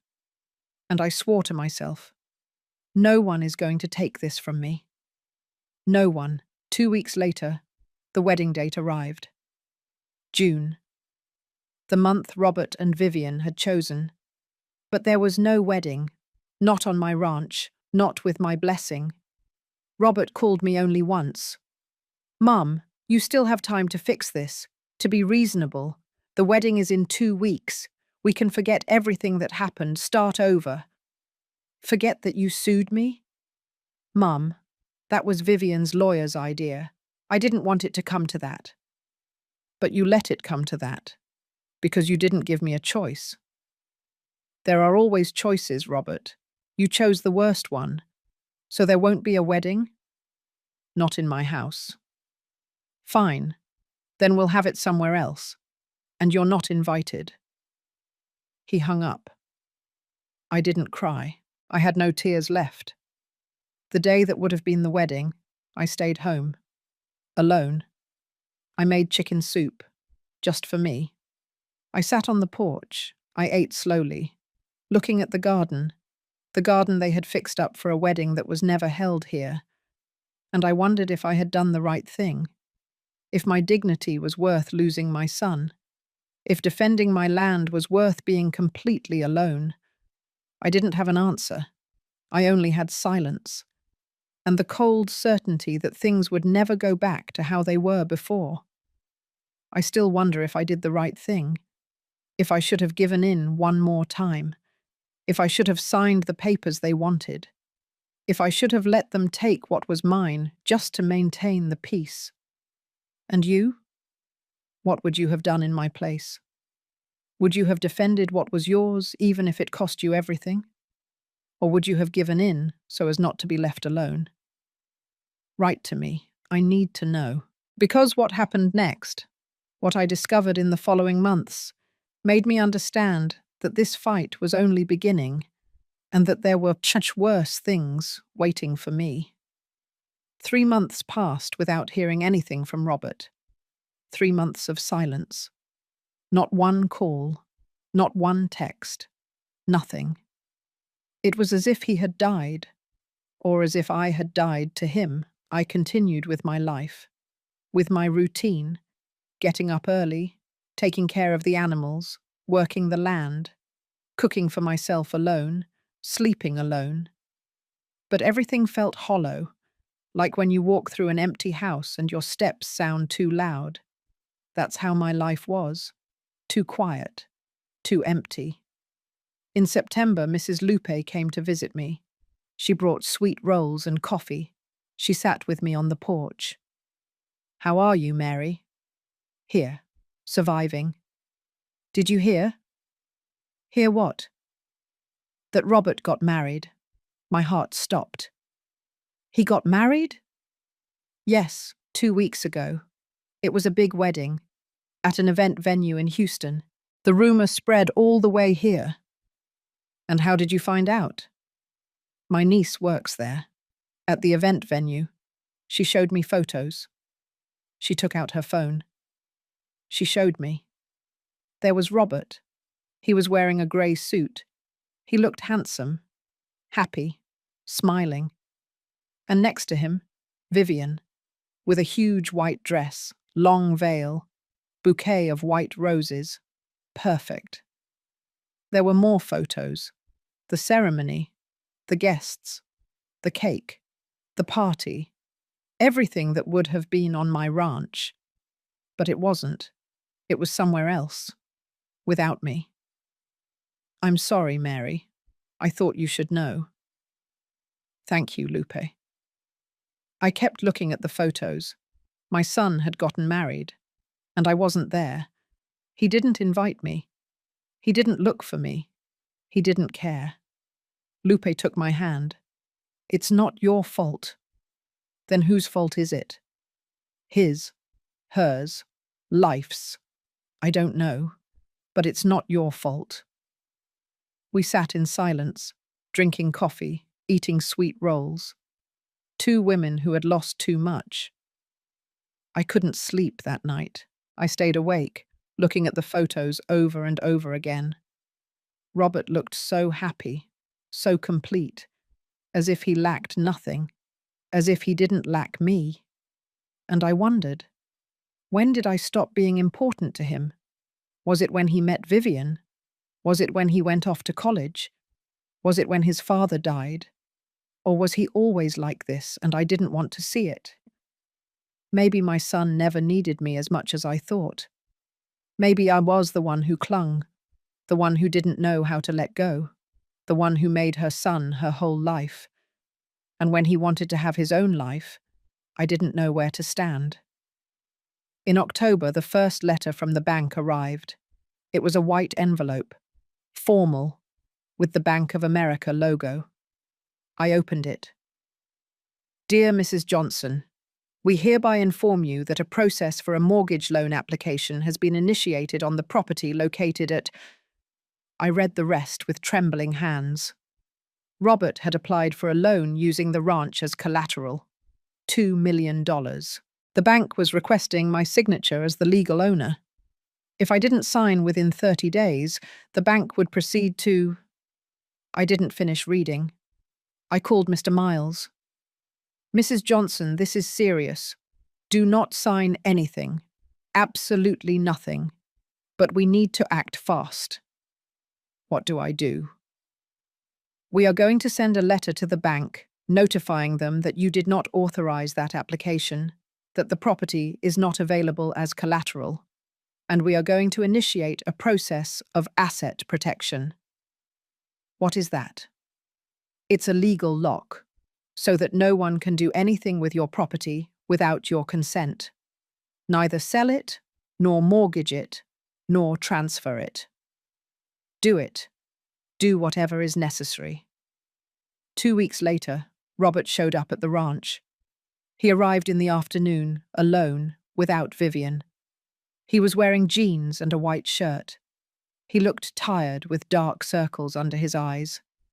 He knocked on the door. I was in the kitchen. I heard the knocking but didn't move. He knocked again. Mum, I know you're there. I need to talk to you. I waited. Please, Mum, just 5 minutes. I opened the door. We stared at each other. He looked different, thinner, paler, as if he wasn't sleeping well. Come in.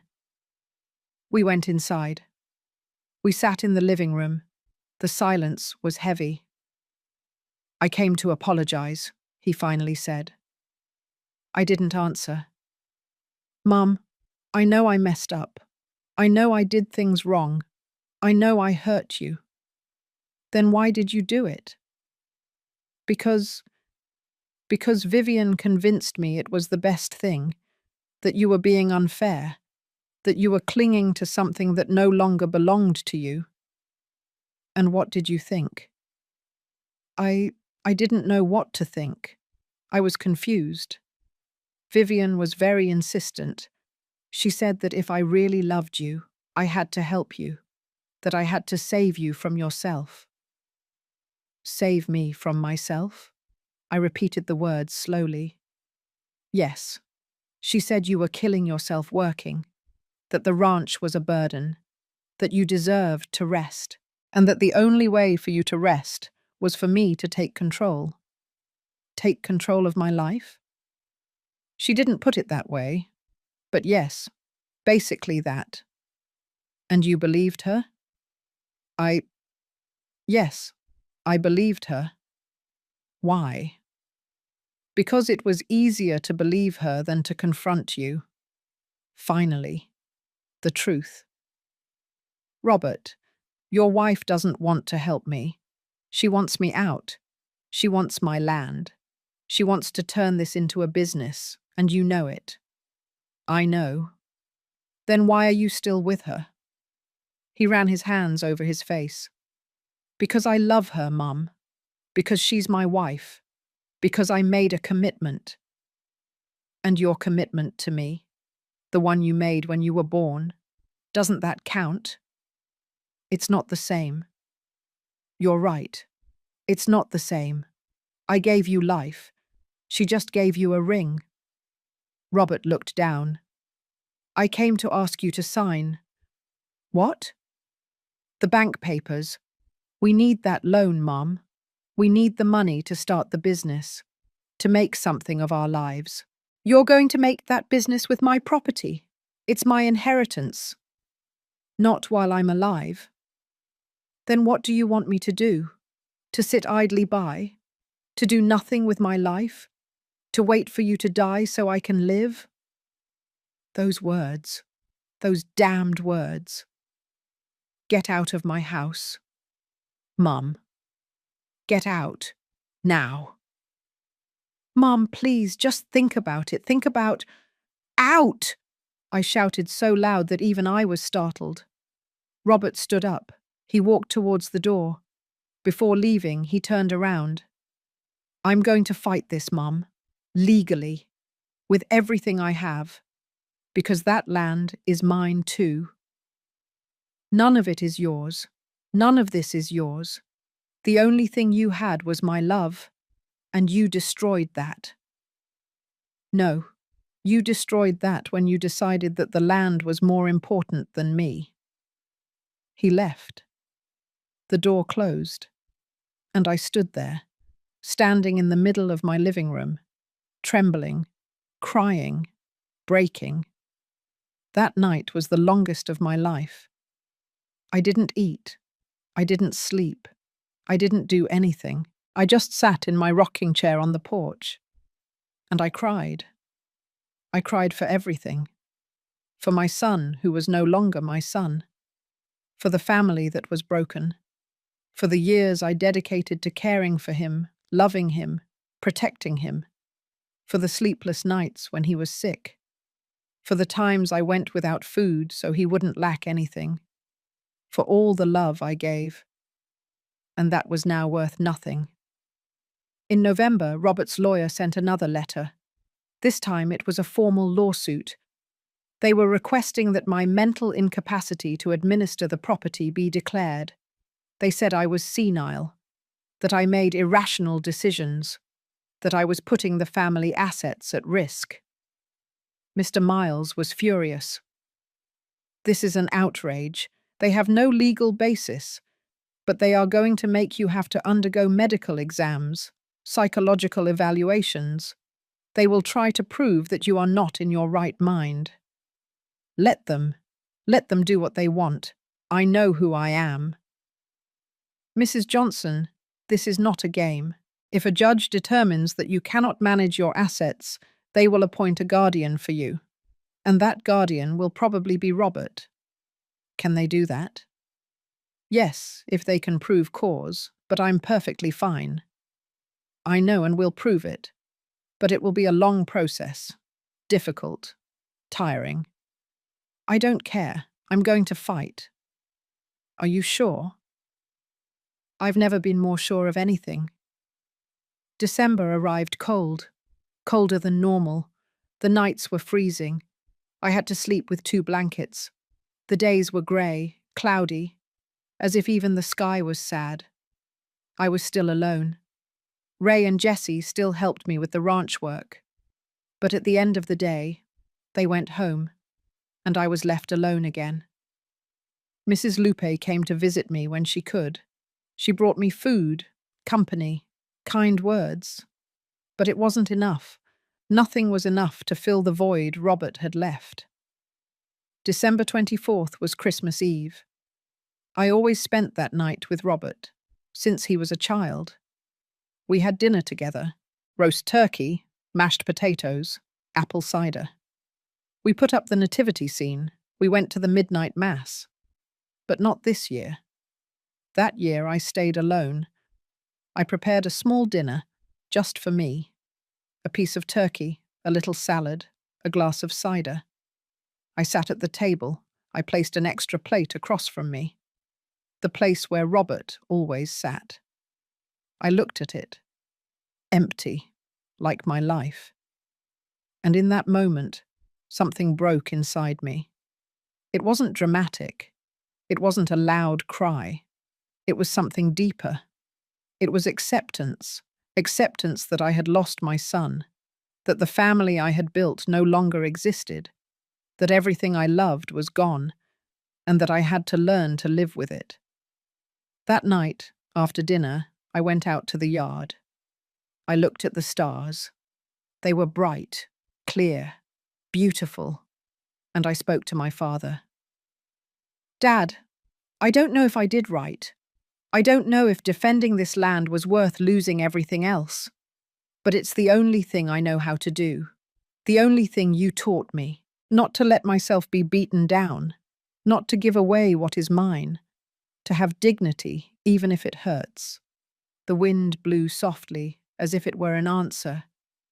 I hope you are proud of me, because I don't know if I am. I went into the house.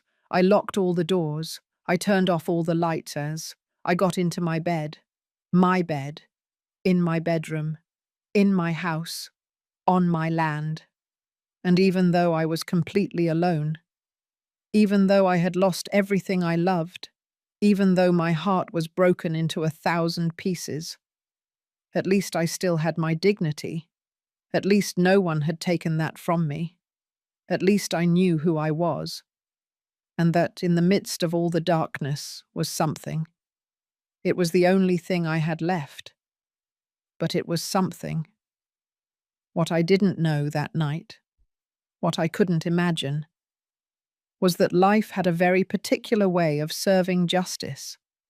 That the things Robert and Vivian did to me, the lies, the betrayals, the attempts to steal from me, were going to come back to them in ways they never expected, because life always collects its debts.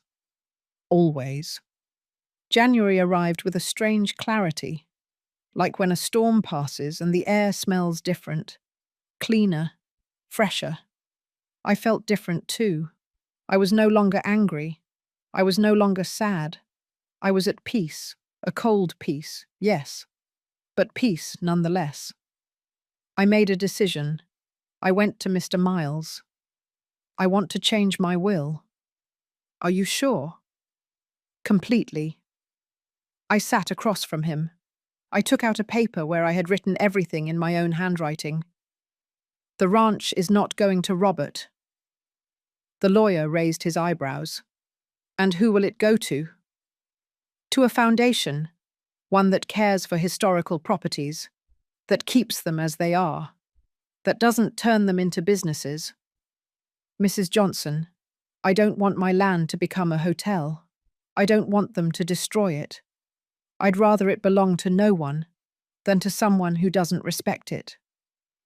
Can Robert fight that? Let him fight. But he won't win, because the property is mine, and I decide. The lawyer nodded slowly. Very well. We'll do it. February. Robert found out. I don't know how. Maybe his lawyer investigated. Maybe someone told him. But he found out. He arrived at the ranch furious, this time with Vivian. They knocked on the door. They banged. They shouted. "Mom, open up! We need to talk!" I was inside, calm, drinking coffee. I didn't open it. "Mom, I know you're there. Open the damn door!" Vivian shouted too. "Mom, you can't do this. It's illegal. That property belongs to Robert." I peered through the window. I saw them there, desperate, furious. Robert kicked the door. Vivian was crying, or pretending to cry. I wasn't sure. "This isn't going to end here. We're going to sue you. We're going to take everything from you." I laughed. I couldn't help it. I laughed. because they couldn't take anything from me anymore. They no longer had power over me. They left. But the legal war continued. Lawsuits, counter-lawsuits, hearings, medical exams. I went through everything. Through 3 different psychologists evaluated me. All 3 said the same thing. I was perfectly sane. They gave me memory tests, reasoning tests, mental capacity tests. I passed them all. The judge reviewed the case and ruled in my favor. Mrs. Mary Johnson is in full use of her mental faculties. She has the absolute right to dispose of her property as she sees fit. Robert lost. March. I didn't hear anything more from them for weeks, until Mrs. Lupe came with news. Mary, did you hear? What happened? Robert and Vivian are in trouble. What kind of trouble? The business they were going to start. The one they needed your land to start. Well, they tried to do it anyway. They got a loan with other collateral. I don't know what it was. And it failed. They lost all the money. I stayed silent. And there's more. It seems Vivian borrowed money from her family. A lot of money, promising the business would work. And now they can't pay. And Robert? He lost his job.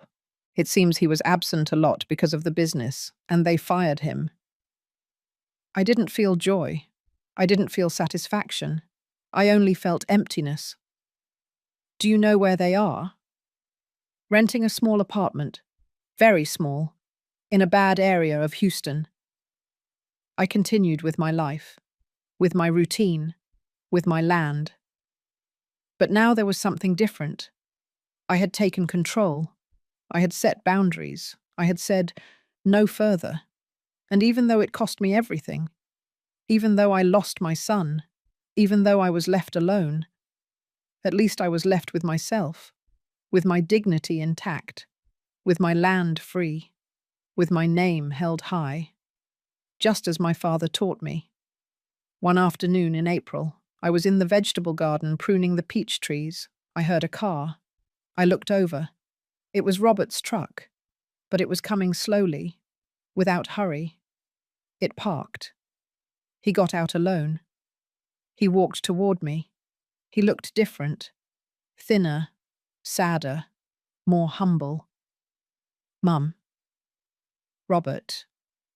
Can I talk to you? You're already talking. I mean, can I sit down? I pointed to a bench under a tree. We sat down. The silence lasted a long time. You were right, he finally said. I didn't answer. You were right about everything. Vivian, she only wanted your money, your property. She never cared about me. She never cared about family. She only cared about starting her business, being rich, being successful. And you only just realized? Yes, I'm an idiot. Yes, you are. He laughed bitterly. I lost everything, Mum. The money, the job, and soon I'm going to lose Vivian too. She already told me she's going to file for divorce, that I'm a failure, that she deserves better. I didn't say anything. And the worst part is, I lost the most important thing. I lost you. He closed his eyes. Tears rolled down his cheeks. I'm sorry, Mum. I'm so sorry. I was a bad son. A terrible son. I betrayed you. I hurt you. I tried to take what was yours. And now I understand why you defended it so much. It wasn't just the land. It was your dignity, your history, your life. We stayed silent. I looked at the horizon, the mountains, the sky, the fields I had worked all my life. Do you forgive me? He asked with a broken voice. I looked at him. My son. My only son. The child I held in my arms. Whom I fed. Whom I loved with all my heart. I don't know, Robert. I don't know if I can. I understand. He stood up to leave. But I also don't know if I can't, I added. He stopped. Time will tell. Time and your actions, not your words, your actions. He nodded. Thank you, Mum, for not completely closing the door on me. He left, and I stayed there, sitting under the tree, knowing that I had done the right thing, that defending my dignity was not wrong, that setting boundaries was not selfishness, that saying no when necessary did not make me a bad mother. It made me a strong woman, a woman who knew her worth, a woman who would not let herself be trampled. Not even for love. A year passed, a year in which life took care of putting things in their place, without me lifting a finger, without me seeking revenge. Life simply collected. I found out everything through Mrs. Lupe, through the town, through the gossip that reached me without me seeking it. Vivian divorced Robert in July. They weren't married for even a year. She left with another man, an older one, with money, with an established business, a real estate developer from Houston. She left Robert with the debts, all of them, the loans they took out together, the credit cards, everything. She left the way she came, Lupe told me, with nothing. Well, no, she took everything she could. Robert had to sell the truck we bought him, the one he loved so much. He had to move into a rented room, no kitchen, no living room, just a bed and a shared bathroom. He worked at whatever he could find, as a delivery driver, as a waiter, as a helper at a hardware store. He was no longer Mr. Robert Johnson, the college graduate. He was just Robert, another young man trying to survive. Vivian, for her part, didn't fare much better. That developer she left with turned out to be married. His wife found out. There was a scandal, shouting, fighting, lawsuits. Vivian ended up on the street, without the developer, without money, without a reputation. Her family, the one that had lent her money for the business that never worked, closed their doors to her. We don't want to know anything about you anymore. You shame us. She had to go back to her mother, an older woman who lived in a small house on the outskirts of Houston. Vivian, the interior designer, the one who was going to be successful, the one who thought she owned the world, was now cleaning other people's houses, with the same hands that before only served to take pictures for Instagram. Someone from the town saw her. They told me about it. She was at the grocery store, Mary, buying the cheapest things, wearing old clothes, without makeup, without anything. She no longer looked like the girl we knew. I didn't feel pity, but I didn't feel joy either. I only felt balance. Life collecting what is owed. Robert came to see me in September.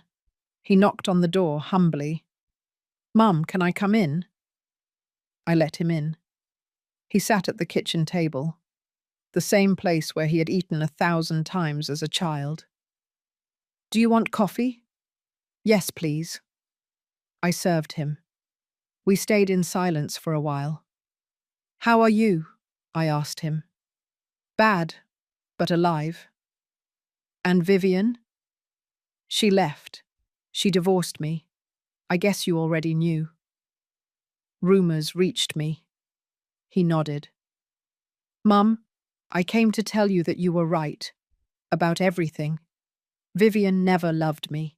She just wanted what you had. And I was so stupid that I didn't see it. Or I didn't want to see it." "Why didn't you want to see it?"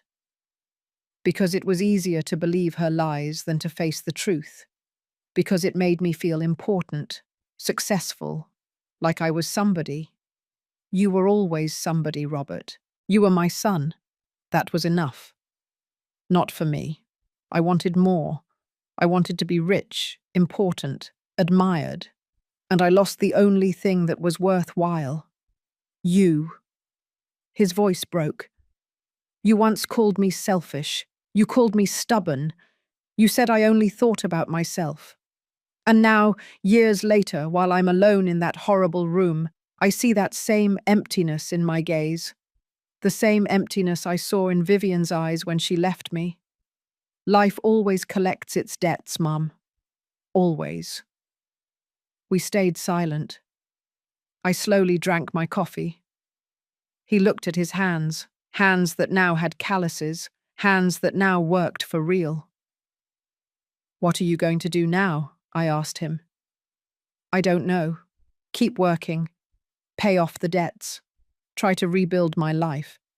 But without tricks, without shortcuts, without trying to take anything from anyone. That's good. Do you think you can ever forgive me? I looked him in the eyes. I forgave you a long time ago, Robert. What I don't know is if you can forgive yourself. His eyes filled with tears. Every day I wake up with that question. Robert kept coming. Not often, once a month, sometimes every 2 months. But he came. He no longer asked for anything. He no longer demanded anything. He just came. To drink coffee. To talk.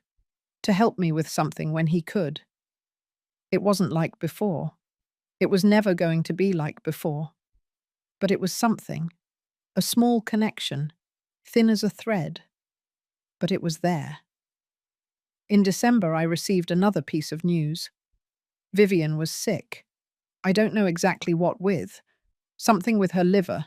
Something serious. She needed treatment. Expensive medicine. Care. Her mother couldn't do it anymore. She was very old. Very weak. Vivian ended up in a public hospital. Alone. With no visitors. With no money for a private room. In a shared bed with 5 other women. The one who once posted, "Our house, our party, our family, on my ranch," was now in a public hospital bed, alone, with no house, no party, no family. Someone told me Robert went to see her once. Not out of love, out of pity. He brought her some money, the little he had, for her medicine. She didn't even thank him. She just took the money and turned her face away. That was the last contact they had. I continued with my life, my ranch, my land, my routine. Ray and Jessie still helped me. Mrs. Lupe still visited me. Mr. Miles became a friend, not just my lawyer. I started going to town more often, to church, to the market, to talk with people. I no longer felt so alone.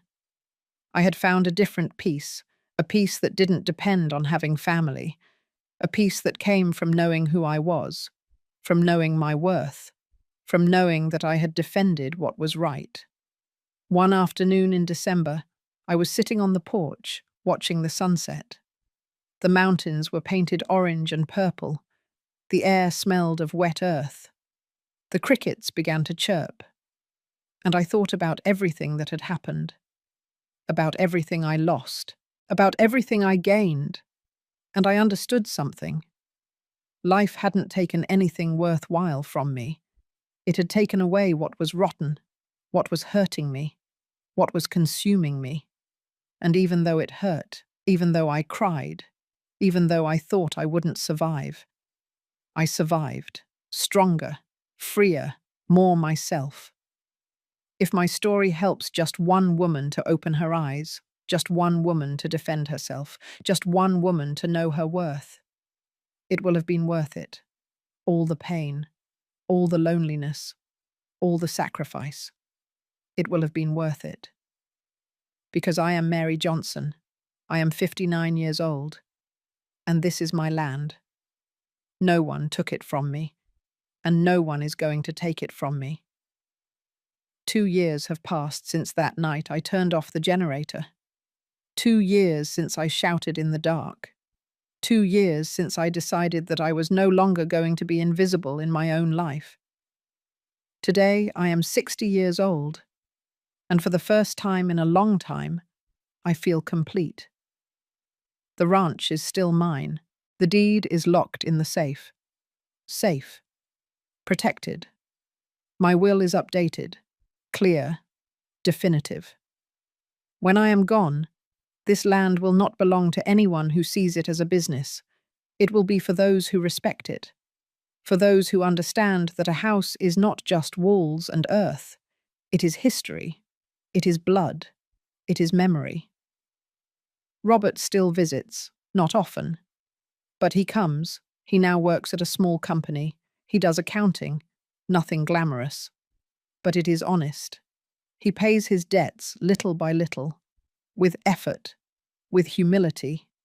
He no longer talks about million-dollar businesses. He no longer brags. He no longer demands. Now he asks, "How are you, Mum? Do you need help with anything? Can I stay for lunch?"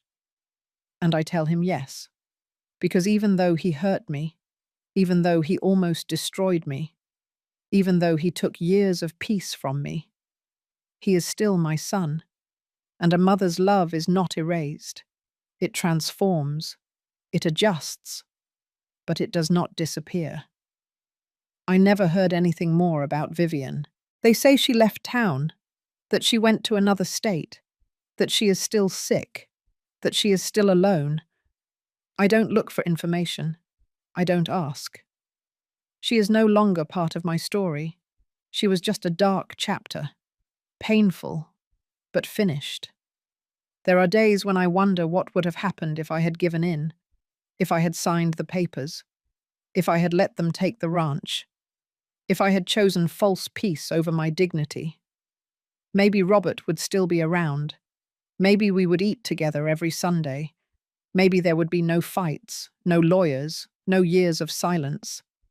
But I would not be complete. I would be broken inside. I would be a shadow of myself. A woman without a voice, without power, without land. And that would have been worse than any loneliness. I learned something in these years. I learned that loving does not mean disappearing, that being a good mother does not mean being a doormat, that taking care of others does not mean forgetting about yourself. I learned that sometimes the most loving decision is to say no, that sometimes defending your boundaries is the only way to maintain your sanity, that sometimes people need to lose to learn, and that you are not responsible for teaching them at the expense of your own destruction. I also learned that loneliness is not always bad, that there is a difference between being alone and feeling lonely. I am alone. Yes, I don't have a husband. My son barely visits. I don't have grandchildren. But I have my land. I have my name. I have my dignity. I have beautiful sunrises. I have the birds singing.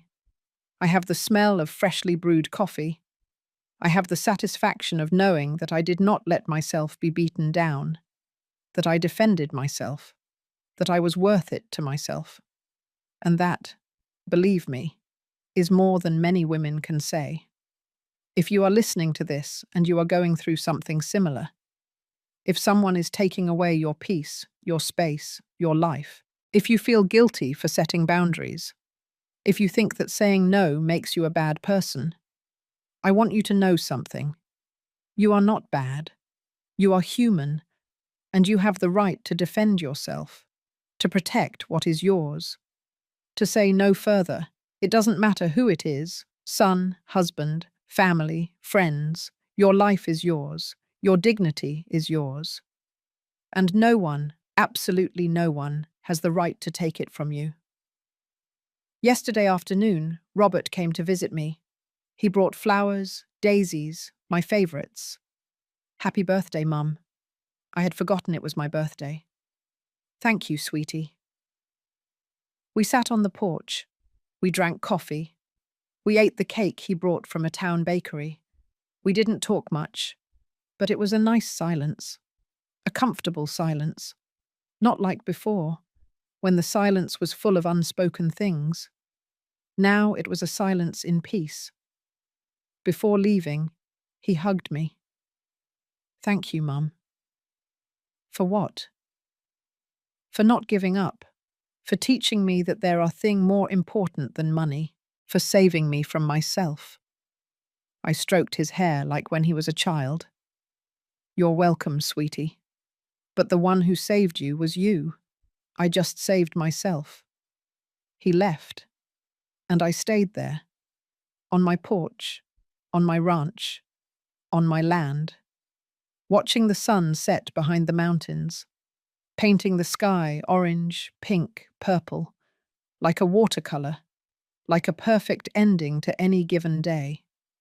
This has been my story, the story I kept to myself for too long, the story I needed to tell, not to complain, not to seek pity, but so that other women know that they can do it, that they can defend what is theirs, that they can survive loss, that they can be strong without being mean, that they can love without losing themselves. If my story touched your heart, if something I said resonated with you, subscribe and turn on the notification bell to hear more stories of women who transformed their pain into wisdom. Every day, one woman, one life lesson. Share this story with someone you love. Sometimes, a story like this can change an entire day. May God bless you. And until next time, I am Mary Johnson. I am 60 years old, and this is my land.